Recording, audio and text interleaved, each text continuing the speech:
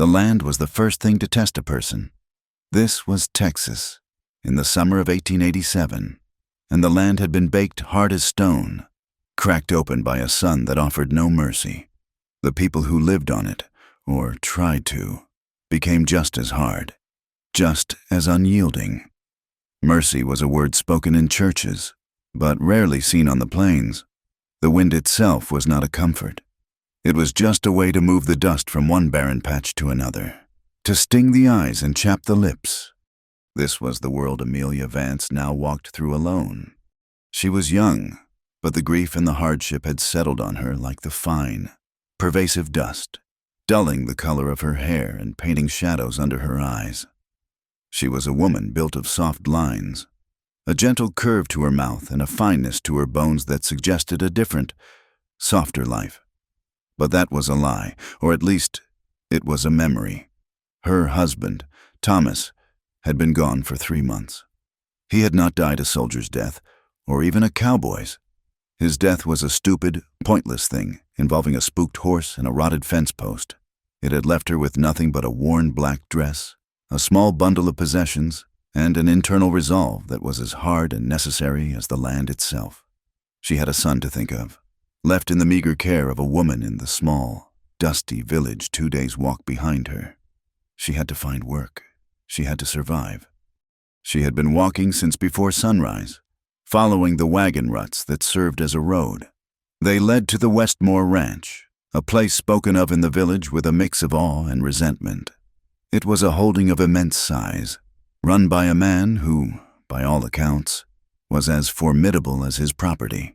The ranch lay in a wide, lonely valley, cut off from the small settlements by miles of wild prairie and jagged, sun-bleached hills.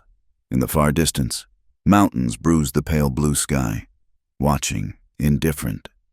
When the house finally came into view, Amelia had to stop. Her breath caught, not from beauty, but from the sheer imposition of it. It was not a home, it was a fortress.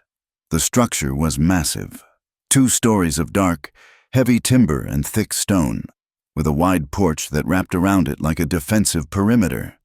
It was a statement of power, a house built to withstand blizzards, raids, and time itself. It looked vast and empty. No smoke rose from the chimney, no figures moved on the porch. It was utterly silent, projecting a loneliness as vast as the land it commanded. The sight of it settled in her stomach like a cold stone. There was no hope in that house. There was only power, and she had none. She straightened her spine anyway. Her legs ached, the soles of her shoes worn thin enough to feel every sharp rock. She licked the dust from her lips and tasted only grit and the faint, bitter tang of her own fear. She would not turn back. She could not. She walked the last half-mile, her eyes fixed on the house. A small, dark figure moving through a landscape that wished to erase her. Clayton Westmore was not a man given to surprise. He had been a soldier in the war, a decade and a half gone but never forgotten, and the experience had burned away all his soft edges. It had taught him that survival was a matter of anticipation, of control. He was wealthy now, the master of this land, but he remained solitary, a mystery to the men he employed and a ghost to the town he seldom visited. He was tall, with the kind of broad shoulders that spoke of a life of physical labor, but he moved with a contained quietness that was almost unnerving. He was strict, he was hard, and he was deeply, profoundly closed off from the world. He was in his study, a dark room of leather and wood, staring at a ledger book that told him, in neat black columns, exactly how much the drought was costing him. He did not need to look out the window to know she was coming. He had seen the small disturbance of dust on the horizon 20 minutes ago. He had watched, his eyes cold and assessing. A woman, alone, walking. He knew what this was. The drought was pushing everyone to the brink. People were breaking, leaving their failed homesteads, looking for anything. Charity, a handout, work that did not exist. He felt nothing. Pity was an expense he could not afford. His ranch was self-sufficient, but it was not a mission. He had built these walls, literal and otherwise, to keep the desperate world out. He heard the faint, hesitant steps on his porch. A pause, then a knock so light it was almost an apology. He waited, let her knock again. The second knock was firmer. He grunted, a small, harsh sound. He rose from his desk and walked through the cool, silent house. He opened the heavy front door, and the brutal Texas sunlight flooded in, silhouetting him, making him a dark, imposing shape. Amelia flinched from the sudden light, raising a hand to shield her eyes. When her vision cleared, she was looking at him.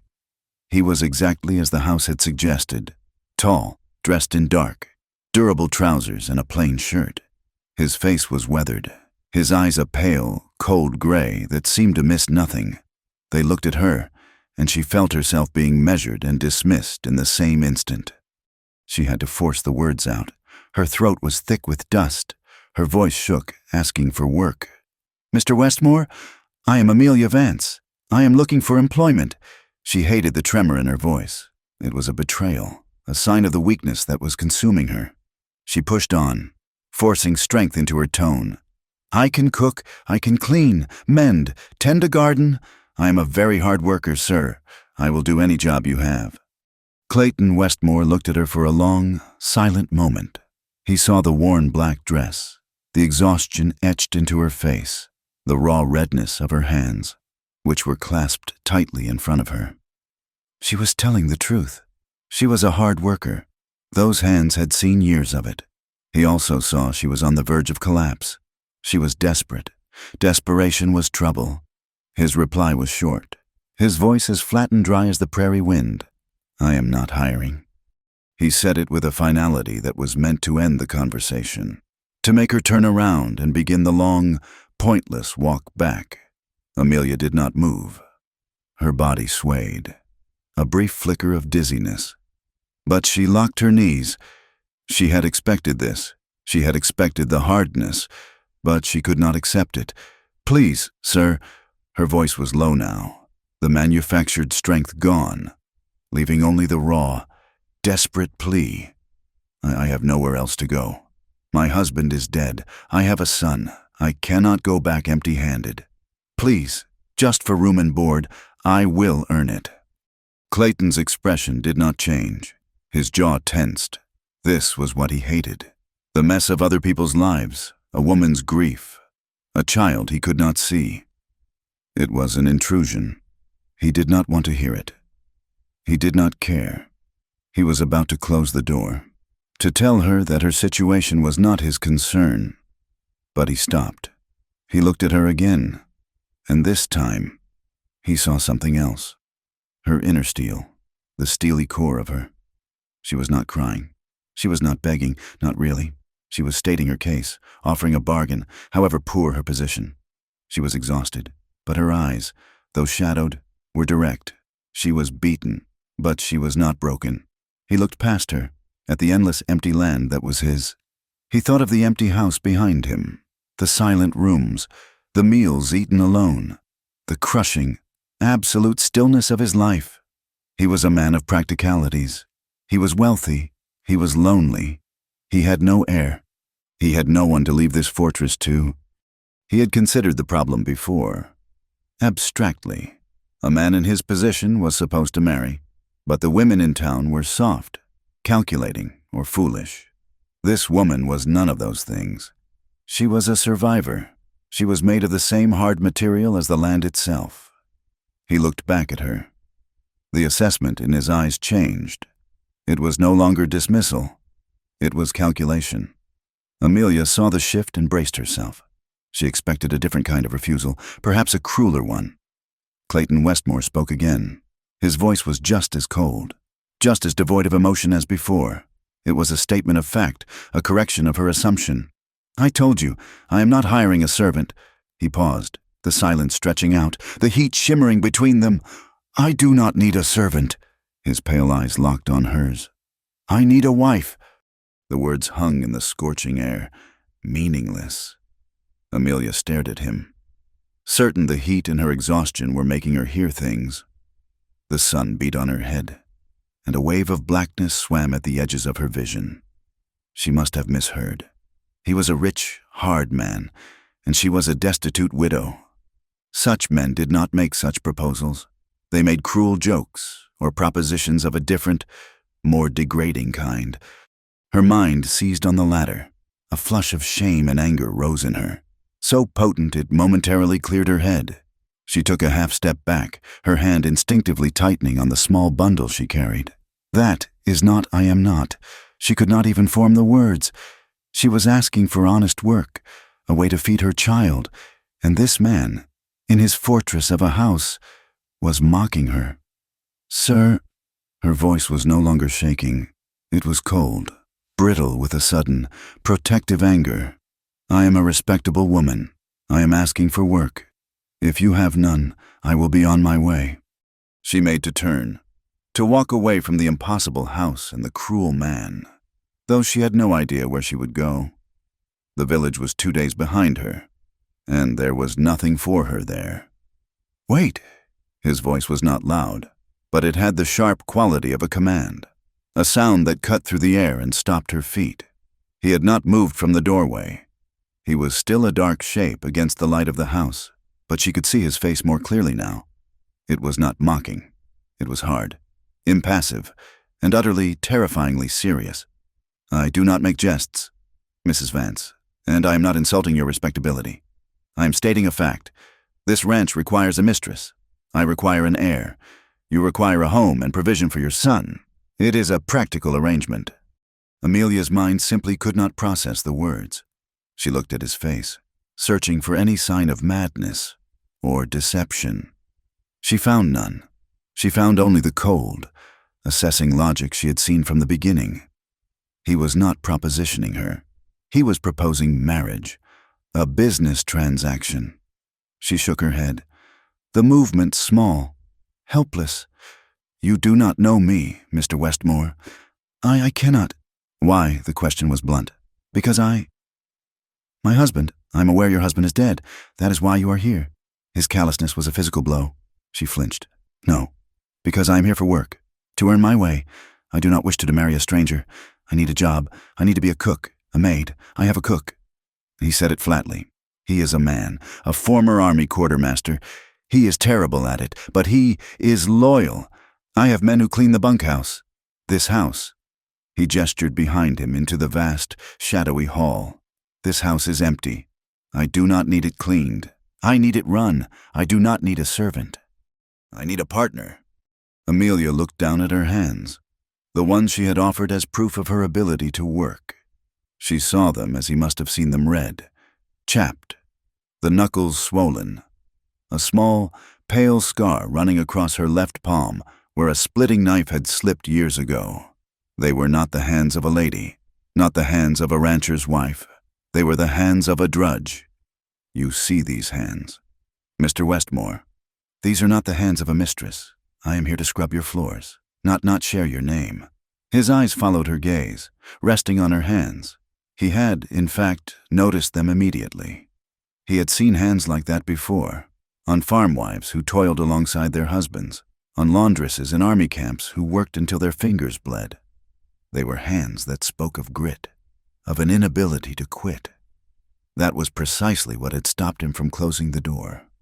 Her face, her worn dress, her exhaustion that was all desperation. But her hands, and the unyielding set of her jaw as she stood before him, that was strength. That was what he could not find in the soft, simpering women in town. "Those hands show you are not afraid of work," he said, his voice dropping slightly, as if explaining a simple truth she was too slow to grasp.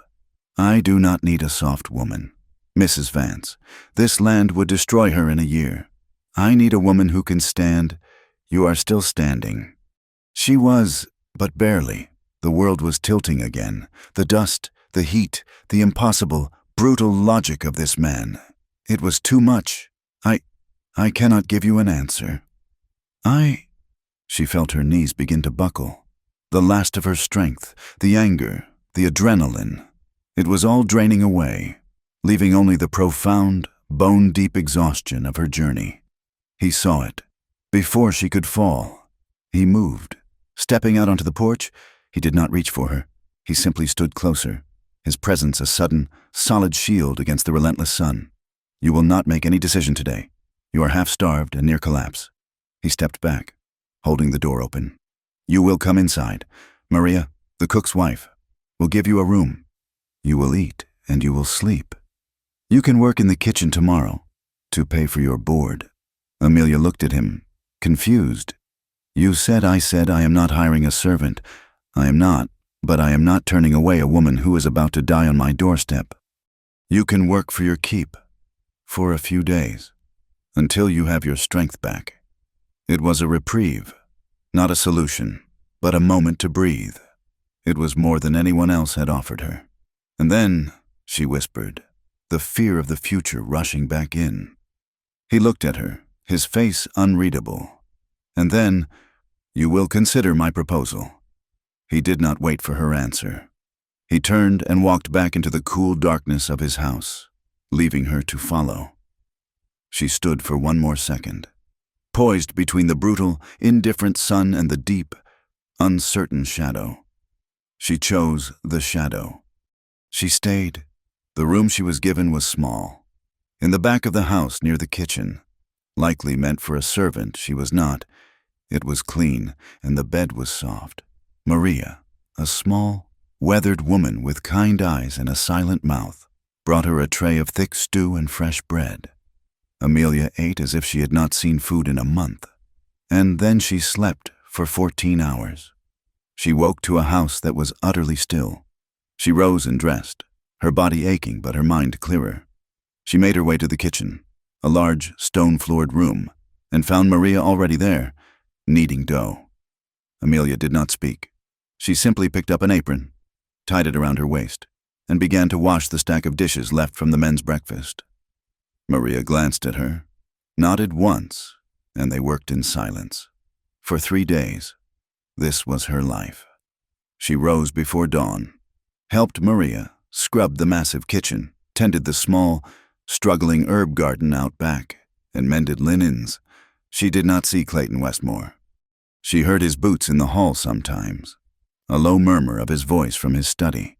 But he did not seek her out, and she did not dare to leave the domestic sphere of the kitchen. She was earning her keep, as he had allowed. She was a servant in all but name, and the awful, impossible proposal hung in the air between them, unspoken. She was buying time. She knew it. She had to find a way to make herself so useful as a worker that he would forget his other mad idea. She had to prove to him that what he really needed was a good servant, not a wife. She had to show him she was worth her wage. On the 4th night, she could not sleep. A storm was brewing, the air heavy and electric. The house was quiet.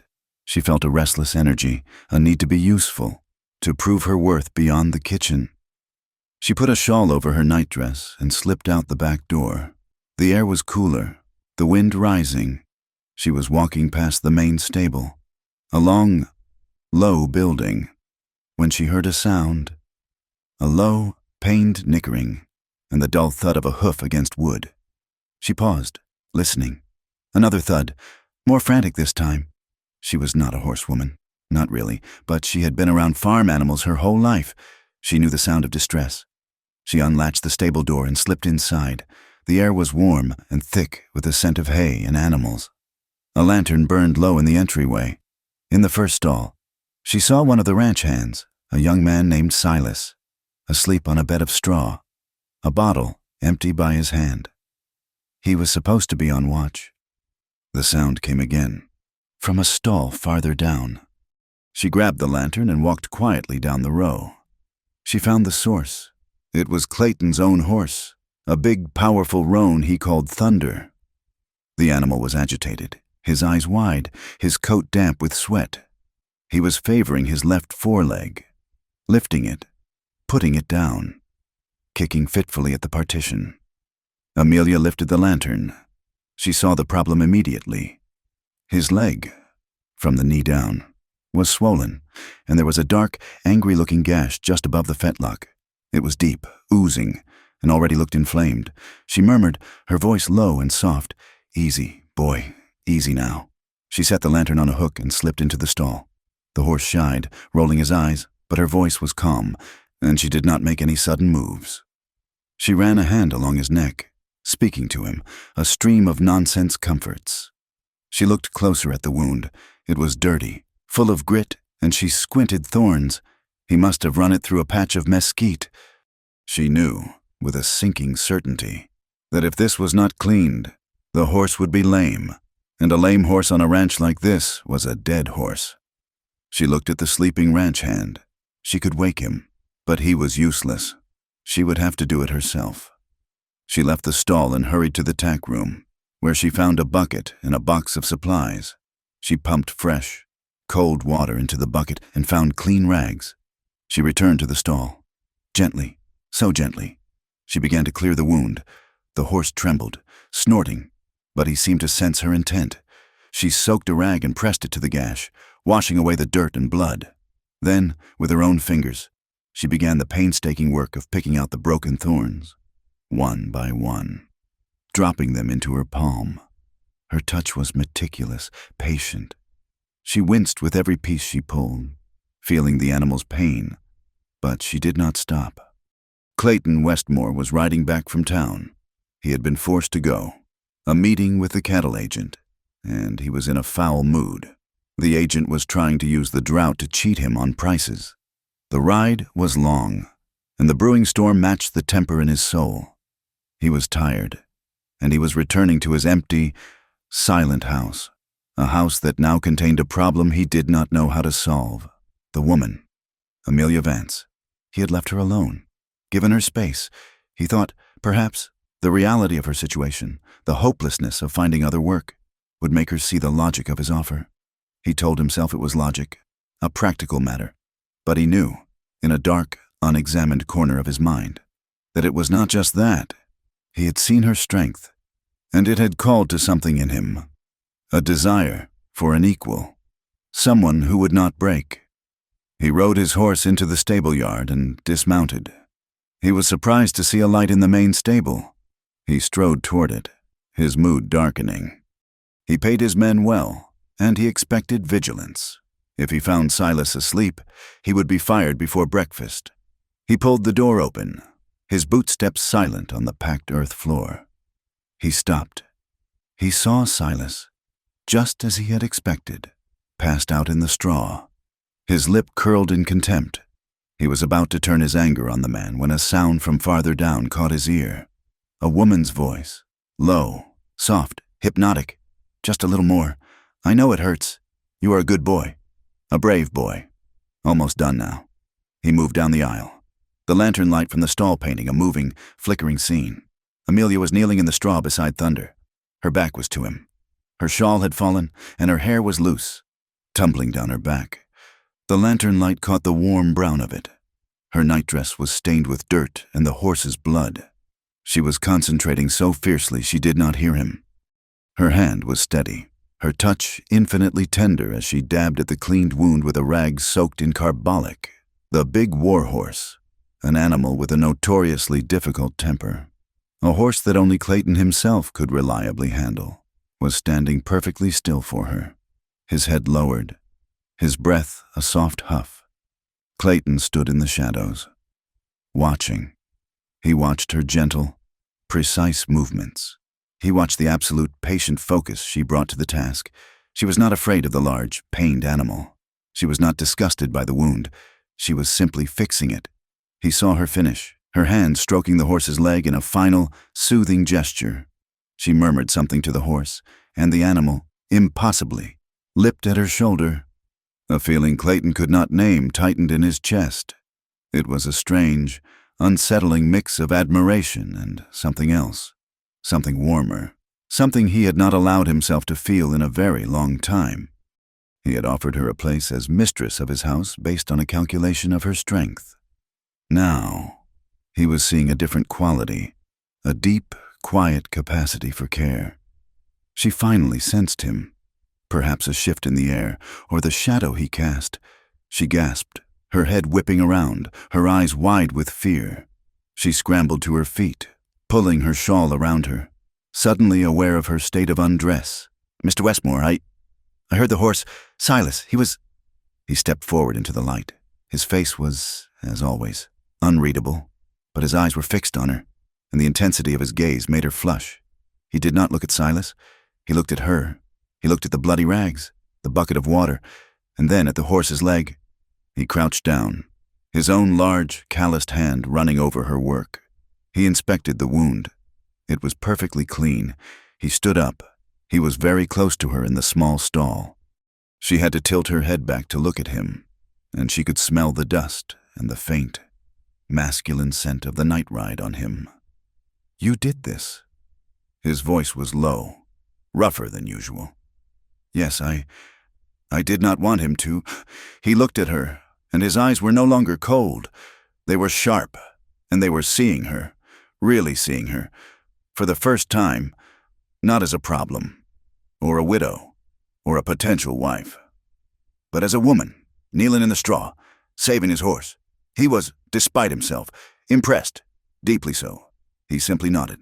"You did well." He turned, his gaze finally falling on the sleeping ranch hand. "Get back to the house. Mrs. Vance." His voice was hard again. "All business." "Yes, sir." She hurried past him, her heart hammering, her face burning.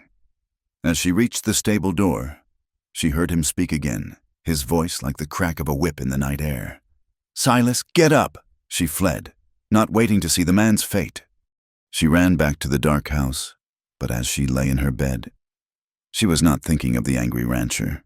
She was thinking of that one brief moment in the stall, when he had looked at him, and for the first time, she had not seen a master or a stranger. She had seen, just for a second, a man. She knew then that she was not leaving. Not yet. This strange, hard man had offered her a reprieve, and tonight she had shown him what she was worth. An invisible thread had been pulled taut between them, a bond formed not over a business proposal, but over a wounded animal. In the silence of the night, she would stay. She would find a way to help, and she would survive. Silas was gone before the sun was fully up.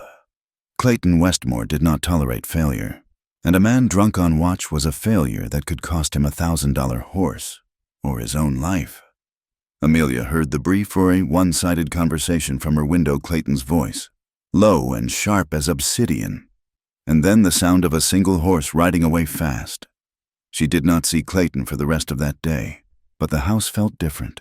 It was charged, as if the storm that had threatened the night before had moved inside, into the walls, into the man who owned them. His proposal, the one that had sounded like madness on the porch, now felt less like an insult and more like a puzzle. He had called her strong. He had seen her hands and understood them.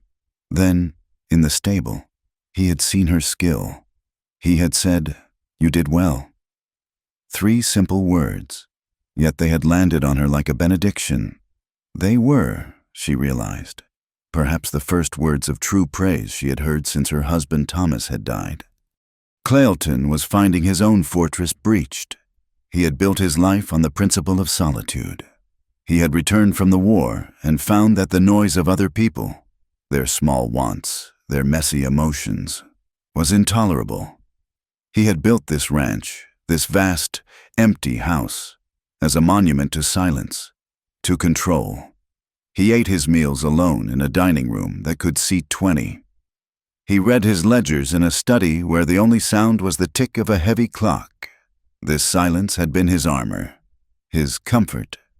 Now it was just empty. The house was no longer still. There was a presence in it. He would be walking down the hall and would catch the scent of baking bread, a scent he had not smelled in years.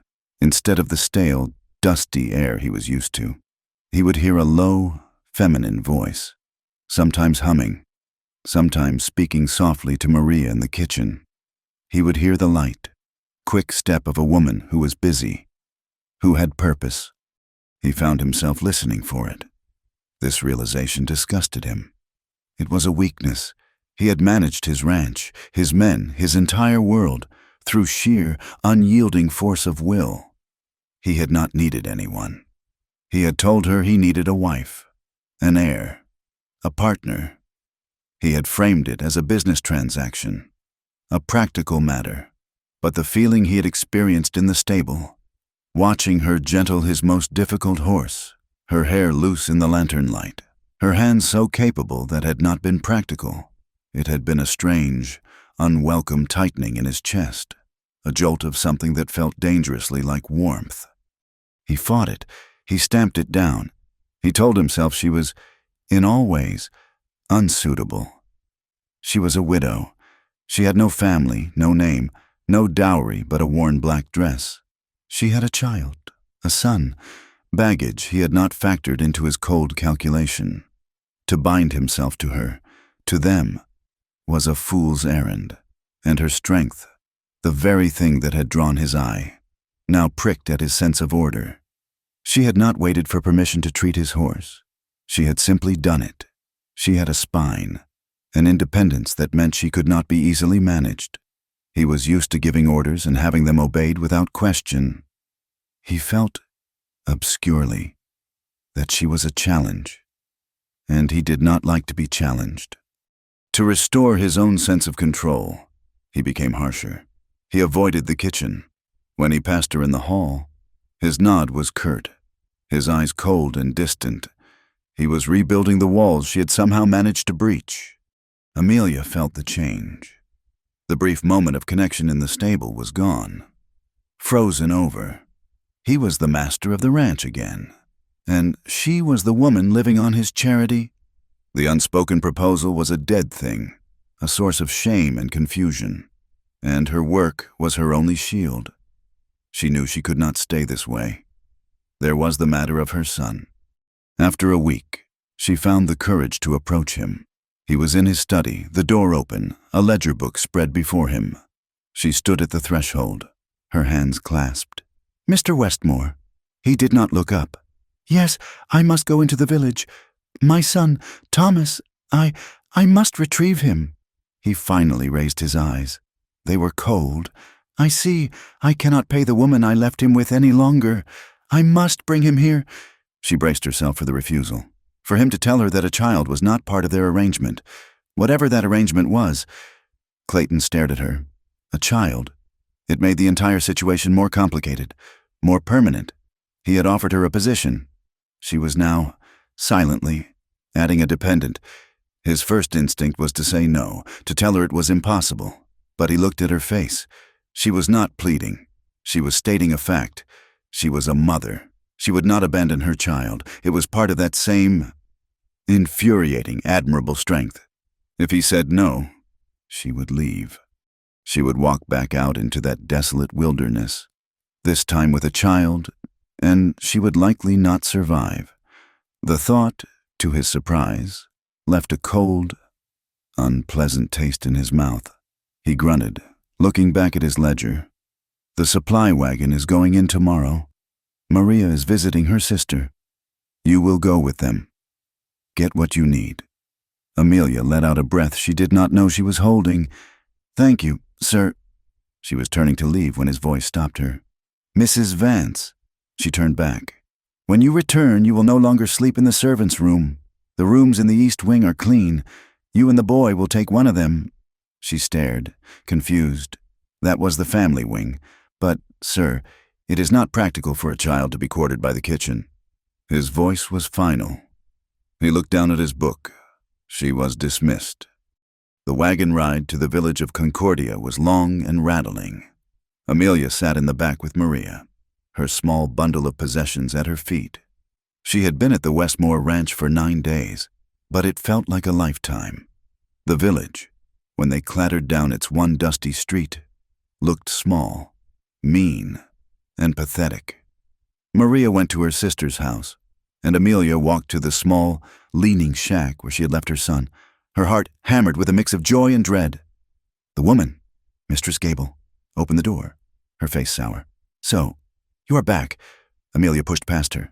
Thomas, her son, Thomas, who was 4 years old, was sitting on a dirt floor, playing with a set of carved wooden soldiers, his face smudged with dirt. He looked up, his eyes wide, and then he scrambled to his feet, running to her. Mama Amelia knelt and swept him into her arms, burying her face in his hair.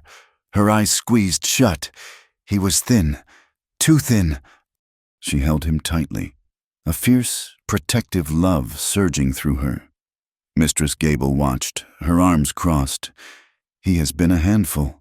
Crying, "I am here for him." Amelia stood, her son clamped to her hip. She paid the woman the last of her coins, her hand shaking with anger at the woman's coldness. "Where are you staying?" The woman's eyes were sharp, curious. "I have found a position." "A position?" Amelia turned. "At the Westmore Ranch." Mistress Gable's eyebrows shot up. Her sour look melted into one of sharp, sudden interest. "The Westmore Ranch." She almost whispered the words. "Well, you have done well for yourself, have not you?" "Amelia Vance." Amelia did not grace her with a reply. She held her son tight and walked out, her back straight. Her last stop was the general store. She needed flour, salt, and some whorehound for a cough Thomas had developed. When she walked in, the store fell silent. Mr. Henderson, the proprietor, stopped wiping the counter. Two women, Mistress Polk and Mistress Davies, who were inspecting a bolt of calico, turned to stare at her. Amelia felt her face grow hot. She knew these women. She had sat near them in church. Back when Thomas was alive, back when she was a respectable wife. Now, they looked at her as if she were a snake. "Amelia Vance," Mistress Polk said, her voice carrying across the store. "She did not return," Mistress Davies whispered. "Just loud enough to be heard. I heard she was staying out at the Westmore place. Alone." The word was thick with implication. Mr. Henderson, his eyes narrowed, came forward. "What can I do for you?" "Mrs. Vance." He put a strange, almost mocking emphasis on the Mrs. "I need 10 pounds of flour, 2 of salt, and a bag of whorehound candy." Her voice was steady, though her insides were trembling. "Putting it on Mr. Westmore's account." "Are we?" he asked. The women snickered. Amelia felt a cold fury. They were stripping her of her dignity, of her husband's good name. In their eyes, she was no longer a grieving widow. She was a rich man's something else. "No," she said, her voice sharp. She untied the small knot in her handkerchief and placed her last few coins on the counter. "I am paying for the candy myself. The rest is for the ranch." She was isolated. She saw it in their hard, judging eyes. She had no place here. The life she had known was gone forever. She had been cast out. Her only refuge was the one she had fled to, the fortress in the valley, run by the cold, impossible man. She took her son's hand, grabbed her small parcels, and walked out of the store, her head held high, the whispers following her like biting flies. Life at the ranch settled into a new, tense pattern. Her son, Thomas, was a quiet, watchful boy. He stayed close to the kitchen, following Maria or playing on the porch, his eyes wide as he watched the cowboys. Clayton Westmore ignored the boy, stepping around him as if he were a piece of furniture. He barely spoke to Amelia, his curtness a palpable thing. The entire east wing was empty, save for the one room she and Thomas now occupied. The silence was heavier than before, weighted with unspoken things. Amelia doubled her efforts. She was no longer just a kitchen helper. She took over the household ledgers, finding errors in the cook's math. She organized the disastrously messy supply pantry. She began a ruthless war on the dust and grime in the main house, rooms that had not been truly cleaned in a decade. She was working from sunup to sundown, proving her worth, proving that she was a worker, not whatever the town thought she was. She was earning her and her son's keep. One hot, still afternoon, she was on the porch, mending a pair of Clayton's work shirts, when she saw him out by the horse pasture. A post had snapped at the base, rotted through, and the rail was sagging. She felt a cold jolt, a rotted post. That was what had killed her husband. The memory, sharp and sick, rose in her. Clayton was working alone. His men were out moving a herd to the high grazing land. She watched him. He had dug a new hole and was now trying to set the heavy new post, a solid piece of timber. He wrestled it into the hole, his back and shoulders straining, his shirt dark with sweat.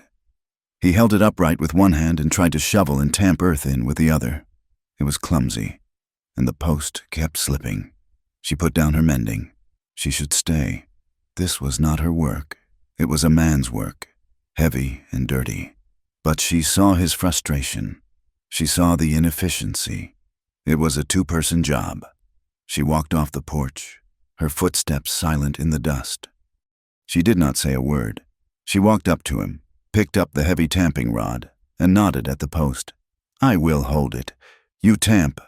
Clayton froze, his hand on the shovel. He was about to order her back to the house, to tell her not to be a fool. This was not for her. But she had already bent, grabbing the heavy post, shifting her weight to brace it. Her face was set in concentration. "It is straight now." He looked at her. Her hands, the ones he had first noticed, were wrapped firmly around the rough wood. She was not asking. She was helping. He grunted, a sound of profound annoyance. And something else. He picked up his own tamping rod. He began to fill the hole, tamping the earth down with hard, rhythmic, angry thuds. They worked in the oppressive heat, in a silence broken only by the thud, thud, thud of the tampers and their own breathing. He was acutely aware of her, standing just a few feet away. He could see the pulse in her throat, the damp strands of hair stuck to her temple. He smelled the clean, practical scent of lye soap from the shirts she had been mending. It was an intrusion. This closeness, he finished. The post was solid as rock. He reached down for the fencing tool that lay on the ground, to restring the wire. At the exact same moment, she bent to pick it up for him. Their hands brushed. His large, calloused, sun-baked hand grazed the back of hers. It was a simple, accidental touch, but it was like a spark to dry tinder. The world stopped. The sound of the wind, the distant cry of a hawk, the very heat of the sun, it all vanished. Amelia gasped. A tiny, sharp intake of breath. She snatched her hand back as if she had touched a hot stove. Clayton froze, his hand hovering over the tool. They both looked up, and their eyes met. In that instant, the walls were gone. She was not looking at the hard, cold rancher. She was looking at a man, and his eyes, for the first time, were wide open, unguarded. She saw a jolt of pure shock, of confusion, and then, unmistakably, a sudden, bright flare of heat that had nothing to do with the sun. He saw her, not the widow, not the servant, not the abstract wife of his proposal. He saw Amelia. He saw the deep, startled brown of her eyes, the sudden flush that stained her cheekbones, the vulnerability in her parted lips. An electric current, silent and powerful, arced between them. It was a feeling so unexpected, so potent, that it left them both breathless. He was the first to recover. The mask slammed down. His face hardened, his eyes going cold and flat. He snatched the tool from the ground, his movements jerky, angry. He turned his back on her, kneeling to twist the wire, his knuckles white on the tool. The violence of his movement was a clear dismissal. Amelia stood there for another second, her hand tingling, her heart beating a painful, panicked rhythm against her ribs. She felt utterly exposed, as if he had seen straight through her. She turned, her skirts whispering in the dust, and walked, almost ran, back to the safety of the house. Clayton Westmore did not watch her go. He remained kneeling, his hand locked on the fencing tool, staring at the wire. He was no longer thinking about the fence. He was thinking about the impossible, terrifying fact that in all his vast, empty, protected land, the only thing he could truly feel was the light, accidental touch of her hand. The electric tension from the fence post incident did not fade. It settled into the house, thick and heavy as the summer dust, making every accidental glance in the hallway, every time they passed in the yard, a small, painful jolt.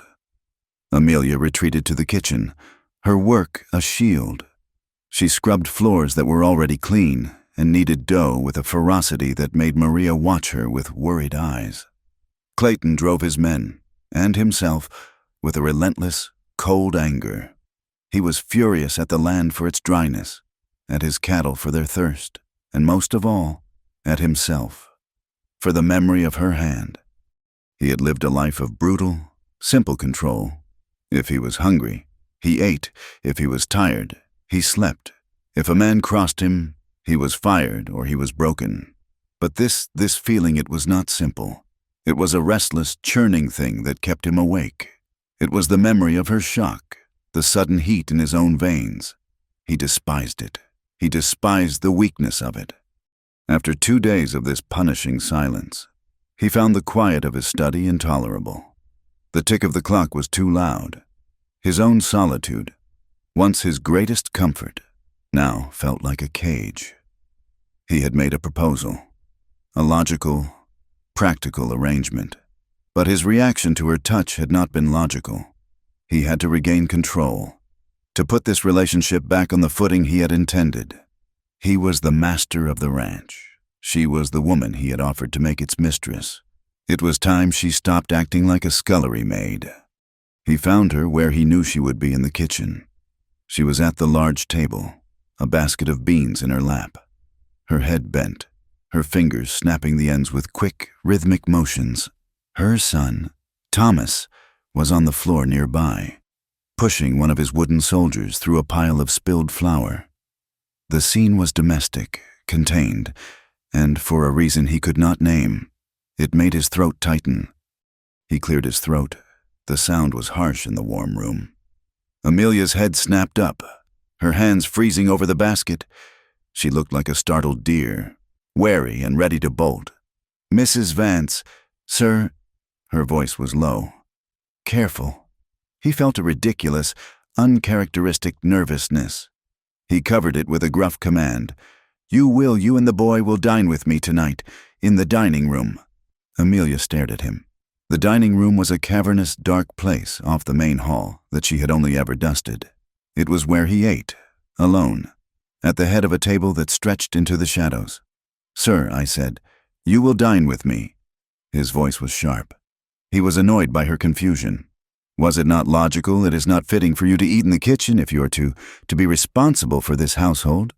He was making it an order, a matter of her duties, not an invitation. It was the only way he knew how. 7 o'clock.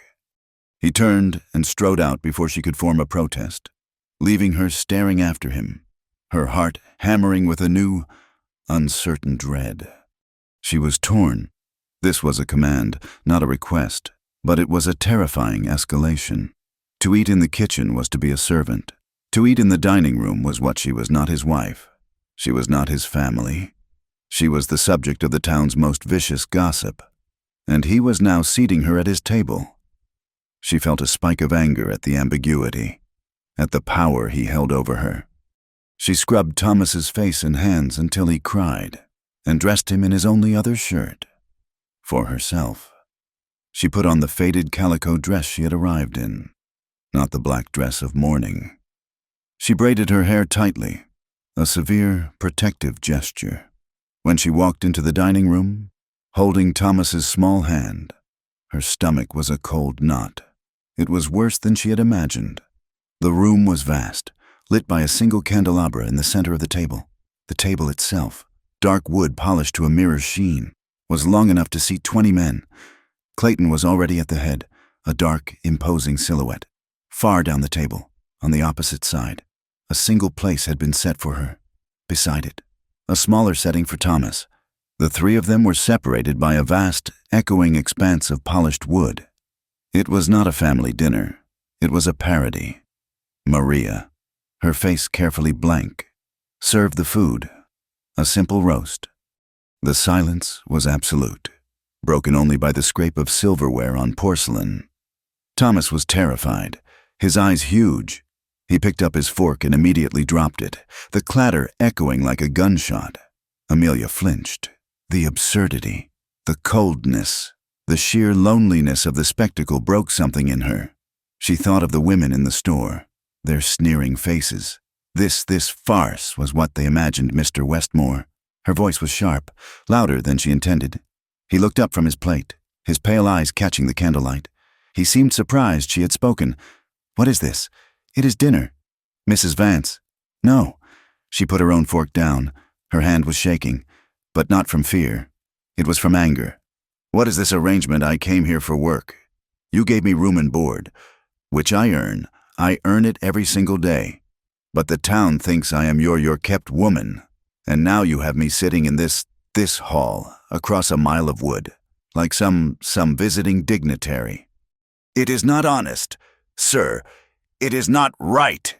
Clayton's face hardened. He placed his knife and fork carefully beside his plate. I told you what I require. I made you an offer. I am a man of my word. An offer? She almost laughed, a short, bitter sound. You call that an offer? You might as well have been buying a bull at auction. I need a wife. It was a transaction. His eyes went cold as ice. You are in my house. Mrs. Vance, you are eating my food. I earn my food, she shot back, her voice rising. Thomas shrank in his chair, his lip trembling. I work harder than any 2 servants you could hire. If you want a servant, then call me a servant and pay me a wage. If you want— She faltered, her breath catching. She did not know what else there was. If you want something else, then you must have the decency to not play these games. Decency. His voice was a low, dangerous growl. He was on his feet, though he did not move toward her. His sheer size seemed to fill the room. You came to me with nothing but the clothes on your back. I gave you shelter. I took in your son. And you dare to stand in my house and question my decency. I question this. She gestured at the empty table, the distance between them. I will not be your project, Mr. Westmore. I will not be your convenience. To be hidden in the kitchen one day and displayed in the dining room the next, all to suit your mood. I am a woman, I am a mother, and I am a widow who still respects her husband's name. I deserve the word caught in her throat. I deserve respect. At that, Thomas burst into tears, a high, terrified wail that shattered the angry silence. Amelia's fury vanished instantly, replaced by a wave of guilt and fierce maternal love. She rushed to her son, lifting him from the chair and pulling him against her, murmuring comforts, her own body trembling. Clayton stood, frozen. He looked at the scene, the small, sobbing boy, the woman's defiant, proud face now crumpled in concern. He felt suddenly like a brute, and he felt invaded. She had not cowered. She had not deferred. She had stood in his hall, in his house, and had thrown his own words back at him. She was ungovernable. The thought was both infuriating and, in a way he could not articulate, exhilarating. He threw his napkin onto the table. The gesture was violent. The arrangement stands. Mrs. Vance, you are here under my protection. That is all you need to know. He turned on his heel and strode from the room, his boots echoing on the hardwood floor, leaving her alone with her crying child in the vast, empty, silent room. A few days later, the tension had not eased, but a truce of avoidance was in place. Amelia was hanging laundry on a line behind the house, the hot wind snapping the sheets. Thomas was playing nearby in the dirt. She was watching the road, an instinctive, fearful habit. When she saw the dust cloud, it was not a single rider. It was a wagon, but a light one, a buggy, moving fast. It was painted, almost fancy, and it looked completely out of place in the hard landscape. A knot of apprehension tightened in her stomach. The buggy pulled into the yard and stopped. 3 men in dark town suits climbed out. They looked soft, their faces pale, but their eyes were sharp. They looked at the house with an air of appraisal. The front door of the ranch house opened, and Clayton stepped out onto the porch. His face was like thunder. He had clearly not been expecting visitors. Barrow. Clayton's voice was flat, a warning. The lead man, a portly, smiling man with a gold watch chain stretched across his waistcoat, spread his hands. Clayton, just a business call. A friendly visit to see how you are faring in this unfortunate drought. Barrow's eyes slid past Clayton, landing on Amelia. His gaze lingered, slimy and assessing, taking in her faded dress, her bare arms, the braid of her hair. He then spotted Thomas, who was peeking from behind Amelia's skirts. Well, Barrow's smile widened. Showing tobacco-stained teeth. I see you have diversified your assets. Westmore, a little family. How charming." Clayton took one slow step down from the porch, his hands clenched at his sides.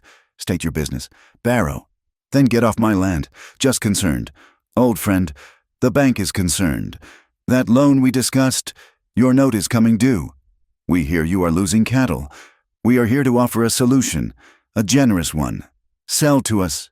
Clayton, sell us the land before you lose it all." "I am not losing it all." "And I am not selling." "Are you sure?" Barrow's voice was oily with false sympathy. "It is a lot of land for one man, a lonely, dangerous place." And now, he looked pointedly at Amelia and Thomas. With a woman and a child to think of, it would be a tragedy if something were to happen. A fire, a stampede, accidents, they happen all the time out here. The threat, veiled but unmistakable, hung in the hot, dry air. Amelia felt a cold, sharp blade of fear, not for herself, but for her son. These men were vultures. They were here to tear down what Clayton had built. "Mr. Westmore is not selling," Amelia's voice rang out, clear and strong, cutting through the silence.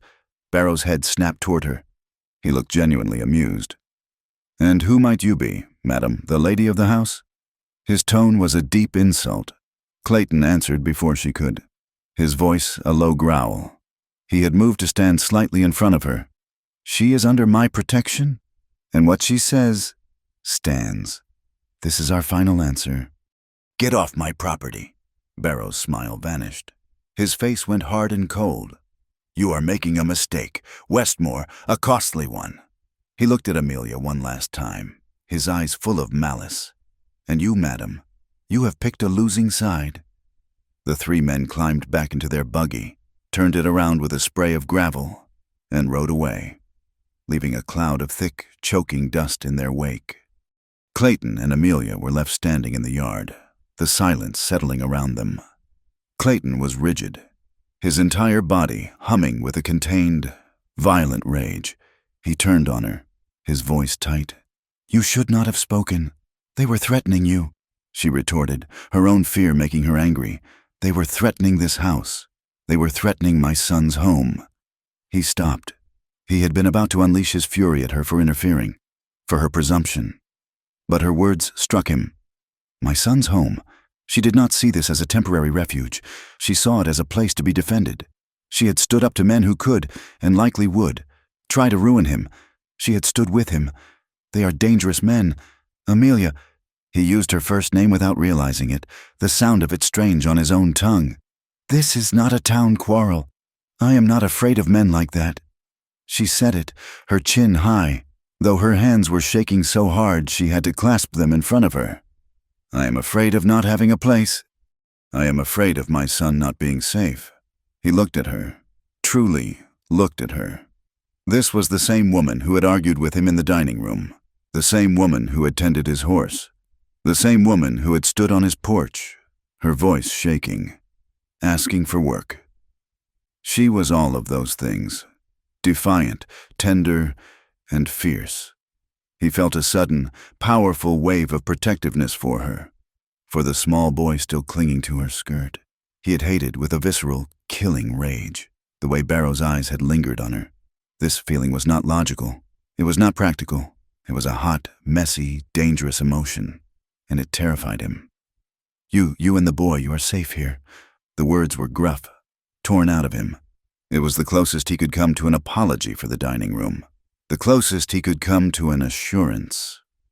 She searched his face, his hard, unreadable eyes. She saw the anger still there, but it was not directed at her. Not anymore. She saw something else, something new. Respect. She nodded, a single, sharp dip of her chin. She accepted the truce. Neither of them knew what to call this. It was not love. It was not the cold, practical arrangement he had proposed. It was something else, an alliance, a partnership, forged in that moment, standing together in the dust, facing a common enemy. Clayton turned abruptly and strode back into the house, slamming the study door behind him. Amelia watched him go. She, too, was trembling. She had not thought. She had just reacted. She had seen a threat to the man who had, for all his coldness, given her and her son sanctuary, and she had, without thinking, declared her loyalty. She was tied to this place. And she was tied, in some new and frightening way, to him. She picked up her laundry basket. She was no longer just a widow working for her keep. She was a woman defending her home. The dust Barrow had kicked up seemed to settle on everything. A gritty film of malice that coated the porch rails and silted the window sills. In the days that followed, the alliance between Clayton and Amelia was as silent and brittle as the parched land around them. They were united. Yes, but in the same way two frontier posts were united by a single strand of taut wire. The threat was the only thing holding them together, and the tension was excruciating. Clayton was a man undone. He had spent a decade building his defenses, and in a single afternoon, this woman had stepped inside them. She had stood by him. She had used the word home in reference to his land. He had, in turn, used the word our. The word echoed in his study, mocking his solitude. He had hated the way Barrow looked at her. It was a primitive, possessive fury he had not felt since the war. He did not want to protect her. He told himself this, repeatedly. He had a duty to protect anyone under his roof. But his anger had been hotter than duty. It had been personal. Amelia, too, felt the shift. She was no longer just a widow working for her keep. She had, in one impulsive, defiant sentence, declared herself a part of the Westmore ranch. She had tied her fate, and her son's fate, to this cold, difficult man. The gossip of the town, which had so wounded her, now seemed trivial.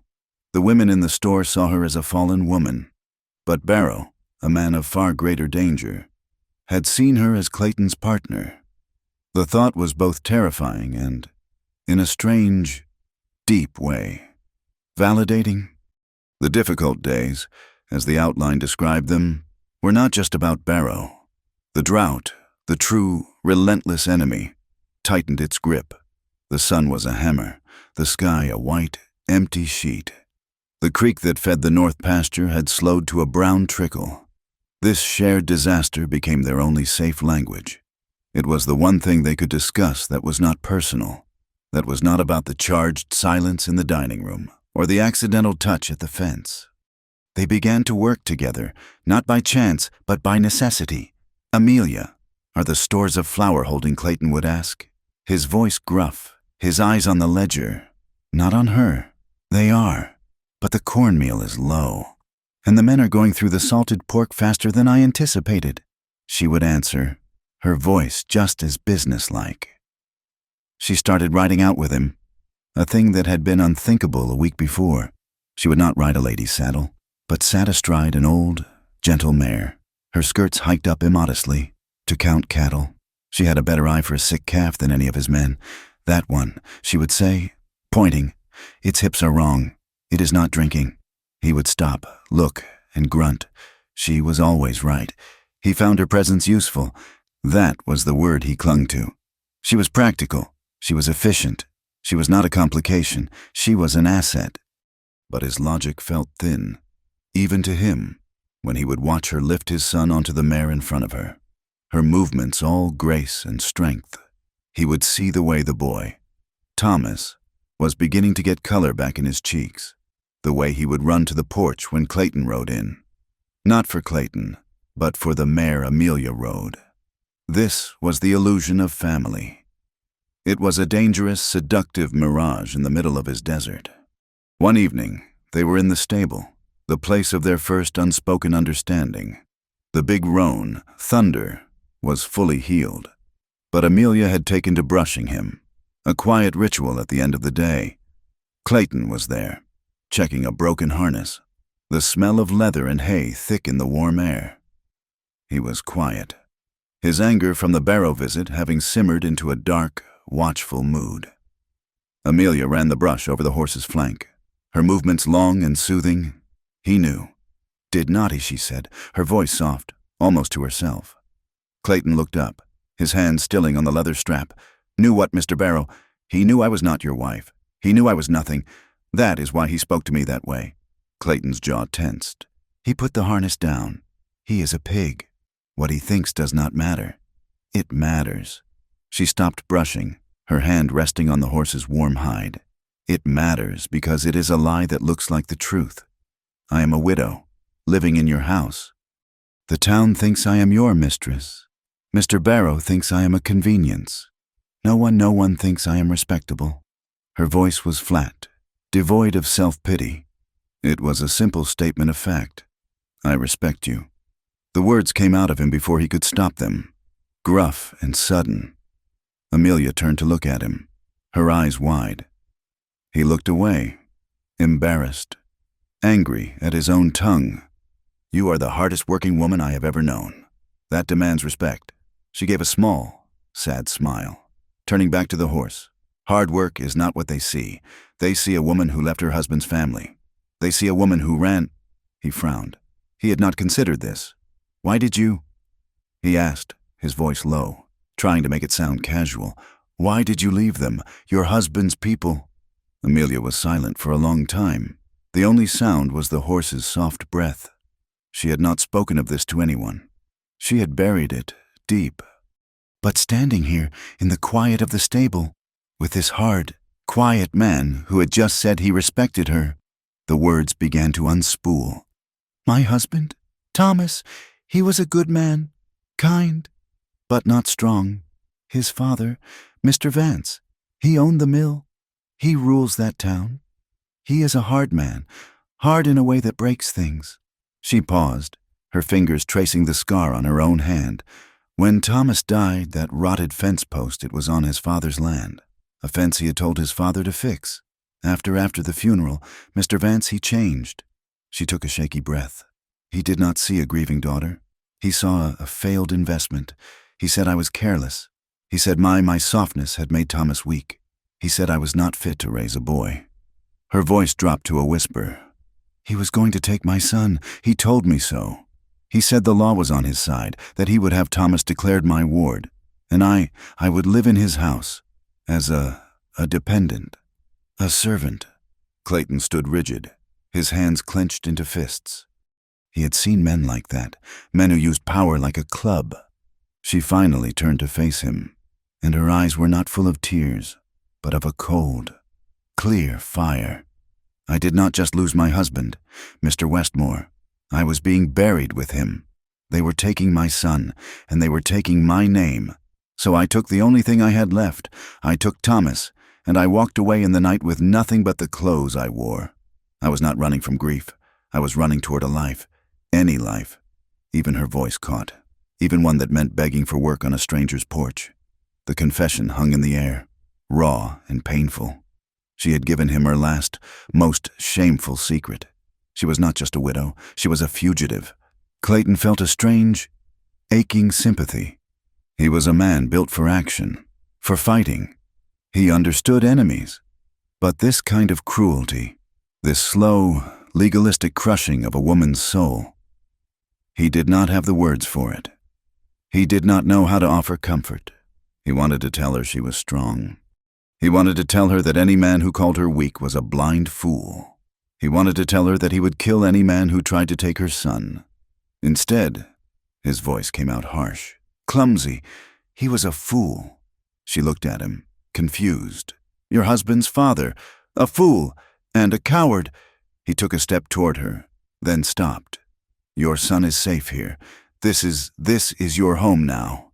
Amelia, no one will take him from you. Not Barrow, not this Vance. No one. He said it like a vow, hard as iron. And she, for the first time in months, believed it. That night, the drought broke. It did not break with a gentle, healing rain. It broke with the violence of the land itself. A wall of black clouds rolled in from the north, and the temperature dropped 30 degrees in an hour. The wind shrieked, a high, thin sound that turned into a roar. Then the sky ripped open. Rain, driven by the wind, came down not in drops, but in horizontal sheets, lashing the house. It was a cold, brutal, terrifying deluge. In a room in the east wing, Amelia held Thomas, who was screaming. The windows of the old house rattled. the sound of the wind like a woman wailing. "Thomas, it is just rain. It is all right." But the boy was beyond hearing her, panicked by the sheer, overwhelming noise. Clayton was in his study, a glass of whiskey untouched on his desk. He was staring into the cold, dead fireplace, thinking of Amelia's story. He was thinking of her courage, and he was listening to the storm. It was the kind of storm that ripped roofs off barns and scattered herds. Over the din, he heard it, a faint, high-pitched sound, almost lost in the wind. The boy, crying. It was the sound from the dining room, the sound that had made him feel like a brute. He stood. He could not, he found, sit in his chair and listen to a child's terror. His loneliness, the very thing he had curated, suddenly felt sharp, cold, and unbearable. He realized, with a jolt that was worse than the thunder, that he could not live this way any longer. He could not be this solitary man. He grabbed a lamp and walked from his study, down the long, dark hall to the east wing. He knocked, his fist heavy on the door. It opened a crack, and Amelia peered out. Her face was pale, her hair wild around her face. She looked as frightened as her son. "Mr. Westmore, the house is it, the house will stand." His voice was loud over the wind. "The boy, he is loud. I am sorry," she cried back, her voice defensive. "I cannot calm him." Clayton stared at her for a second. At her, the boy clinging to her. He saw two refugees, trapped by a storm. Bring him to the study. He did not wait for an answer. He turned and walked away, his lamp a steady light in the thundering dark. She hesitated for only a second. Then she bundled Thomas in a quilt and followed. His study was the most secure room in the house, its walls thick stone. He had a fire lit, a small, defiant blaze in the hearth. The room was warm. The sound of the storm was muffled, a distant roar instead of a present threat. "Here." He pointed to the thick bearskin rug by the fire. "Put him down." Amelia knelt and settled Thomas on the rug. The boy's sobs, in the relative quiet, began to subside. He stared at the fire, his eyes wide, his small hand gripping Amelia's. Clayton did not sit in his chair. He stood by the mantel, one arm resting on it, looking down at them. They sat in silence for a long time, the three of them. The fire, the storm, the sleeping child. It was, again, the illusion of family, but this time it felt achingly real. Thomas's breathing finally deepened. His hand went slack. He was asleep. Amelia did not move. She continued to sit on the floor, her legs tucked beside her, watching the flames. The silence between them was different now. It was not the taut wire of their alliance, nor the awkwardness of his sympathy. It was something settled. He spoke, his voice low. "Just for her, my offer." She looked up, startled. "When you first came, that day—" She looked down, a flush rising on her neck. She felt a sudden, strange shame. Here she was, sitting on his floor, a widow with no prospects, a child. It was a practical proposal. He said, speaking to the fire, "A transaction. You called it," she whispered. "Yes," he agreed. "It was. I needed an heir, a mistress for the house. You needed a home." He turned, and his eyes met hers. The firelight carved shadows on his hard face, but his eyes were clear, and in them, she saw a loneliness that stunned her. "I find," he struggled, the words foreign to him. "I find I cannot live alone any longer." "Amelia." It was a confession that cost him more than his anger, more than his pride. It was the truth. The house is too quiet. She felt a strange, tearing feeling in her chest. She felt shame for her poverty, surprise at his admission, and then a slow, deep, terrifying pull, a feeling of connection. He saw the conflict in her face. He saw her shame, and he knew he had to give her something more. "It is still a practical matter," he said, his voice regaining some of its familiar, gruff logic. "Beryl will be back. The bank is watching me. A man with a wife, a family he has seen as stable, rooted. They are less likely to try and break a man who is building something." He was offering her a reason, a shield for her pride. He was dressing his emotional need in the safe, practical clothes of a business deal. But his eyes, locked on hers, told a different story. It is not, he swallowed. It is not just practical, not anymore. There it was, the second proposal, not a command from a rancher to a beggar. It was an offer from a man to a woman, a lonely man to a fierce woman. Amelia said nothing. She could not. Her world had tilted, shifted on its axis. She looked from his intense, steady gaze to her sleeping son, safe on the warm rug. This man, this impossible, hard, unyielding man, was offering her not just a home or a name, but a fortress. He was offering her partnership. She felt a profound, aching sense of feeling. It was not love, not as she had known it. It was something deeper, something forged in fire and fear and mutual respect. It was a turning point. The storm began to fade, the wind's shriek dying to a moan. The house was quiet, but it was no longer an empty quiet. It was a shared one. She finally rose, lifting her sleeping son into her arms. She paused at the door, her back to him. "Good night, Mr. Westmore, good night. Amelia." He did not ask for an answer. He knew, somehow. He already had it. The rain had stopped, but the world was changed. The oppressive, dusty heat was gone, replaced by a sharp, penetrating cold. The land, which had been baked hard as iron, was now a vast expanse of mud. The air smelled of wet earth and shattered pine. The storm had broken the drought, a savage, violent baptism. And in its wake, the quiet in the Westmore house was no longer empty. It was watchful. Amelia and Clayton circled each other for 2 days, moving through the house with a new, agonizing awareness. He had confessed his loneliness. She had offered no reply. The practical, desperate bargain of her arrival had been irrevocably shattered, replaced by something emotional and undefined. He was gruff, his orders to his men sharper than usual, as if to atone for the weakness he had shown in his study. She was quiet, her hands never still, her work a frantic shield against the decision she knew she had to make. Thomas, sensing the change in the adults, was subdued, staying close to her skirts. They had, without speaking of it, become a family in all but name. He had moved from the dining room table. He now took his meals in the kitchen, a thing that had horrified Maria, but which he did with a grim, unbending regularity.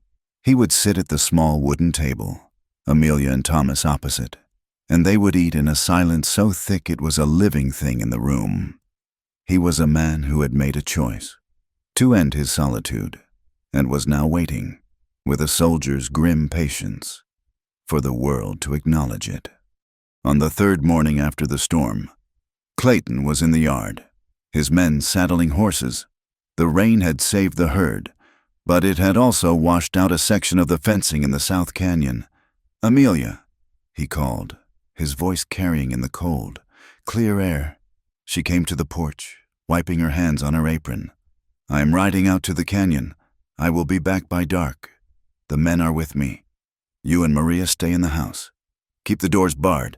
The last part was new. He had never given her such an order. She nodded, a knot of apprehension tightening in her chest. "Mr. Barrow." The name was cold between them. "He will be angry," Clayton said, his face hard. "The rain has made this land twice as valuable. He will be back." He swung up onto his horse. He looked down at her, his gaze lingering for a second. It was the look of a man memorizing something. "Bar the door." He turned his horse and, with his men, rode out, their hoofs sucking at the mud. Amelia did as he asked. The heavy wooden bar dropped into place with a sound of finality. The house felt too big, too empty. Maria was in the root cellar, taking inventory. Amelia was in the main hall, dusting furniture that did not need it, when Thomas called from the kitchen window, "Mama Wagons." Amelia's heart stopped. She ran to the kitchen. It was not Clayton. It was Barrow's fancy buggy, and behind it, a heavy wagon carrying 4 men. They were not dressed as bankers. They wore dusters, and each man had a pistol belted high on his waist. They were not here to talk. They pulled into the yard, which was now a sea of churned mud.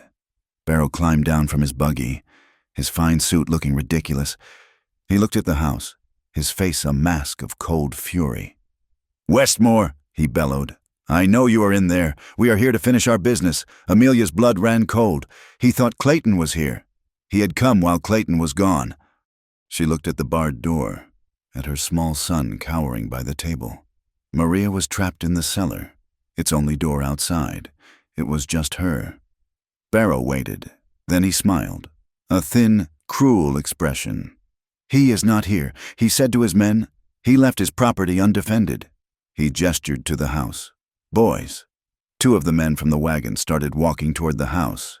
They had ropes. Amelia, in a panic, ran to Clayton's study. His rifle was on the wall. She grabbed it, her hands shaking so hard she could barely hold it. It was heavy, impossibly so. She ran back to the front hall just as the men hit the door. The heavy bar shuddered. "Go away." Her voice was a high, thin wail, betraying her fear. "Go away, or I will shoot from outside."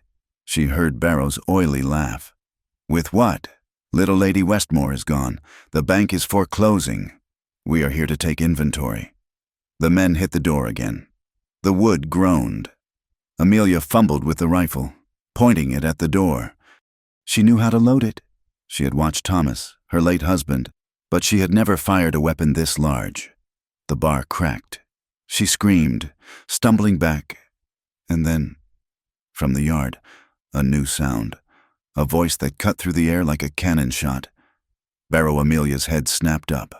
She ran back to the kitchen window, her heart leaping into her throat. Clayton was there. He was not by the barns. He was sitting on his horse at the edge of the yard, not 20 feet from Barrow. He was alone. His men were not with him.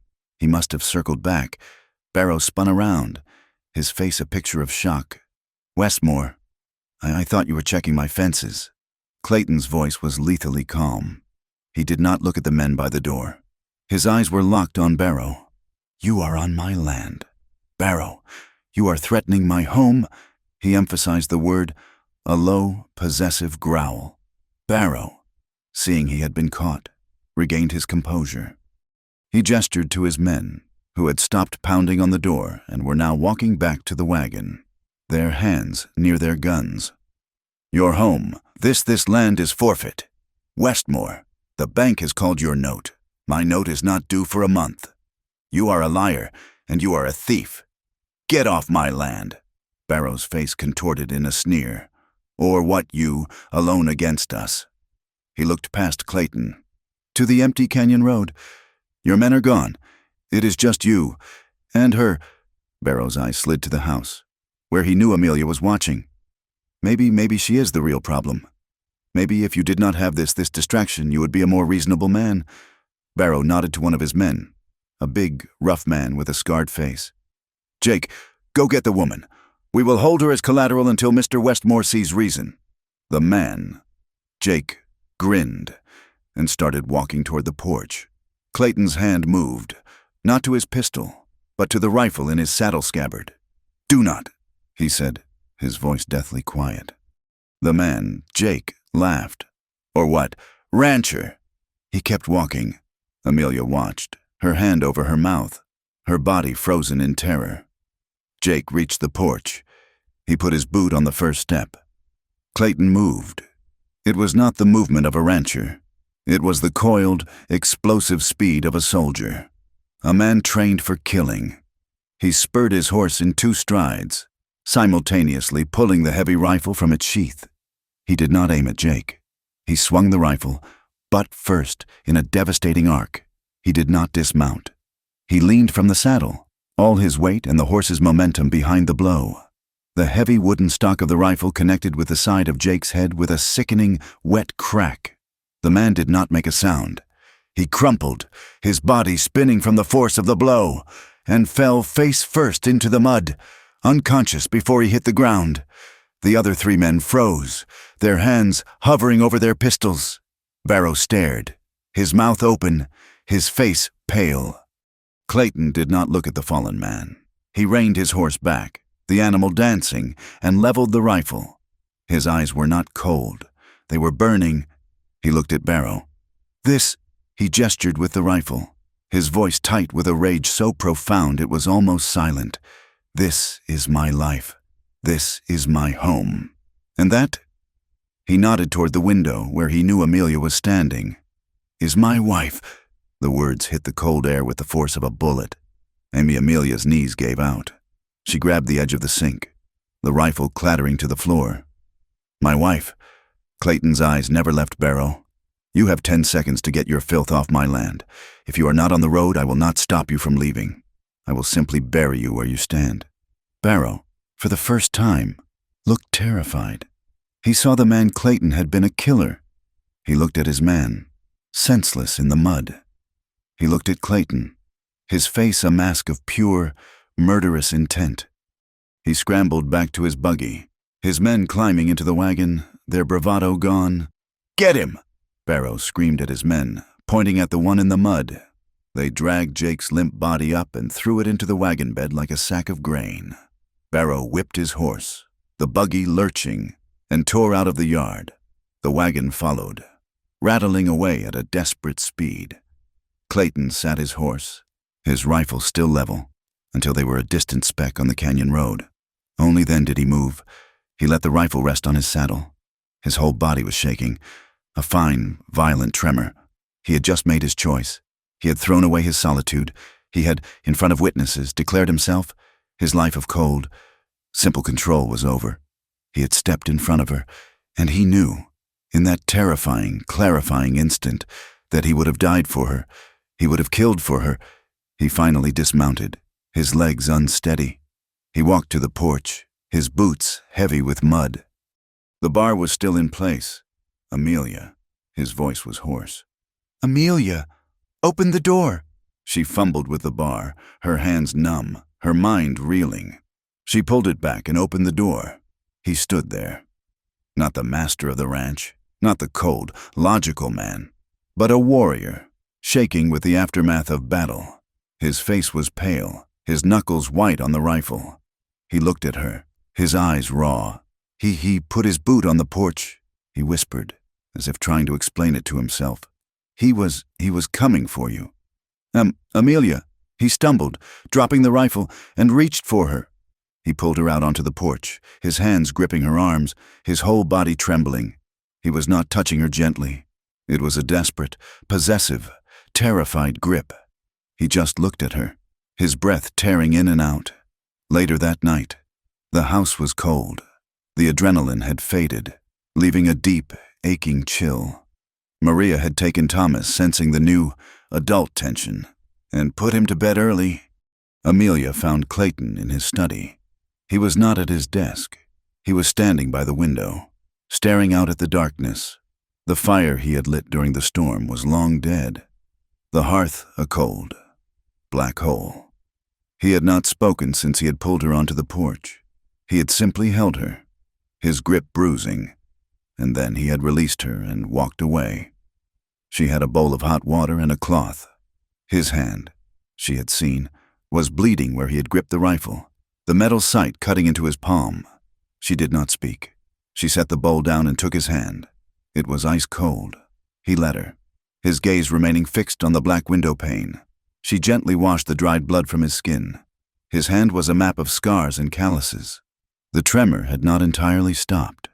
The silence stretched, filled only by the sound of the cloth in the water.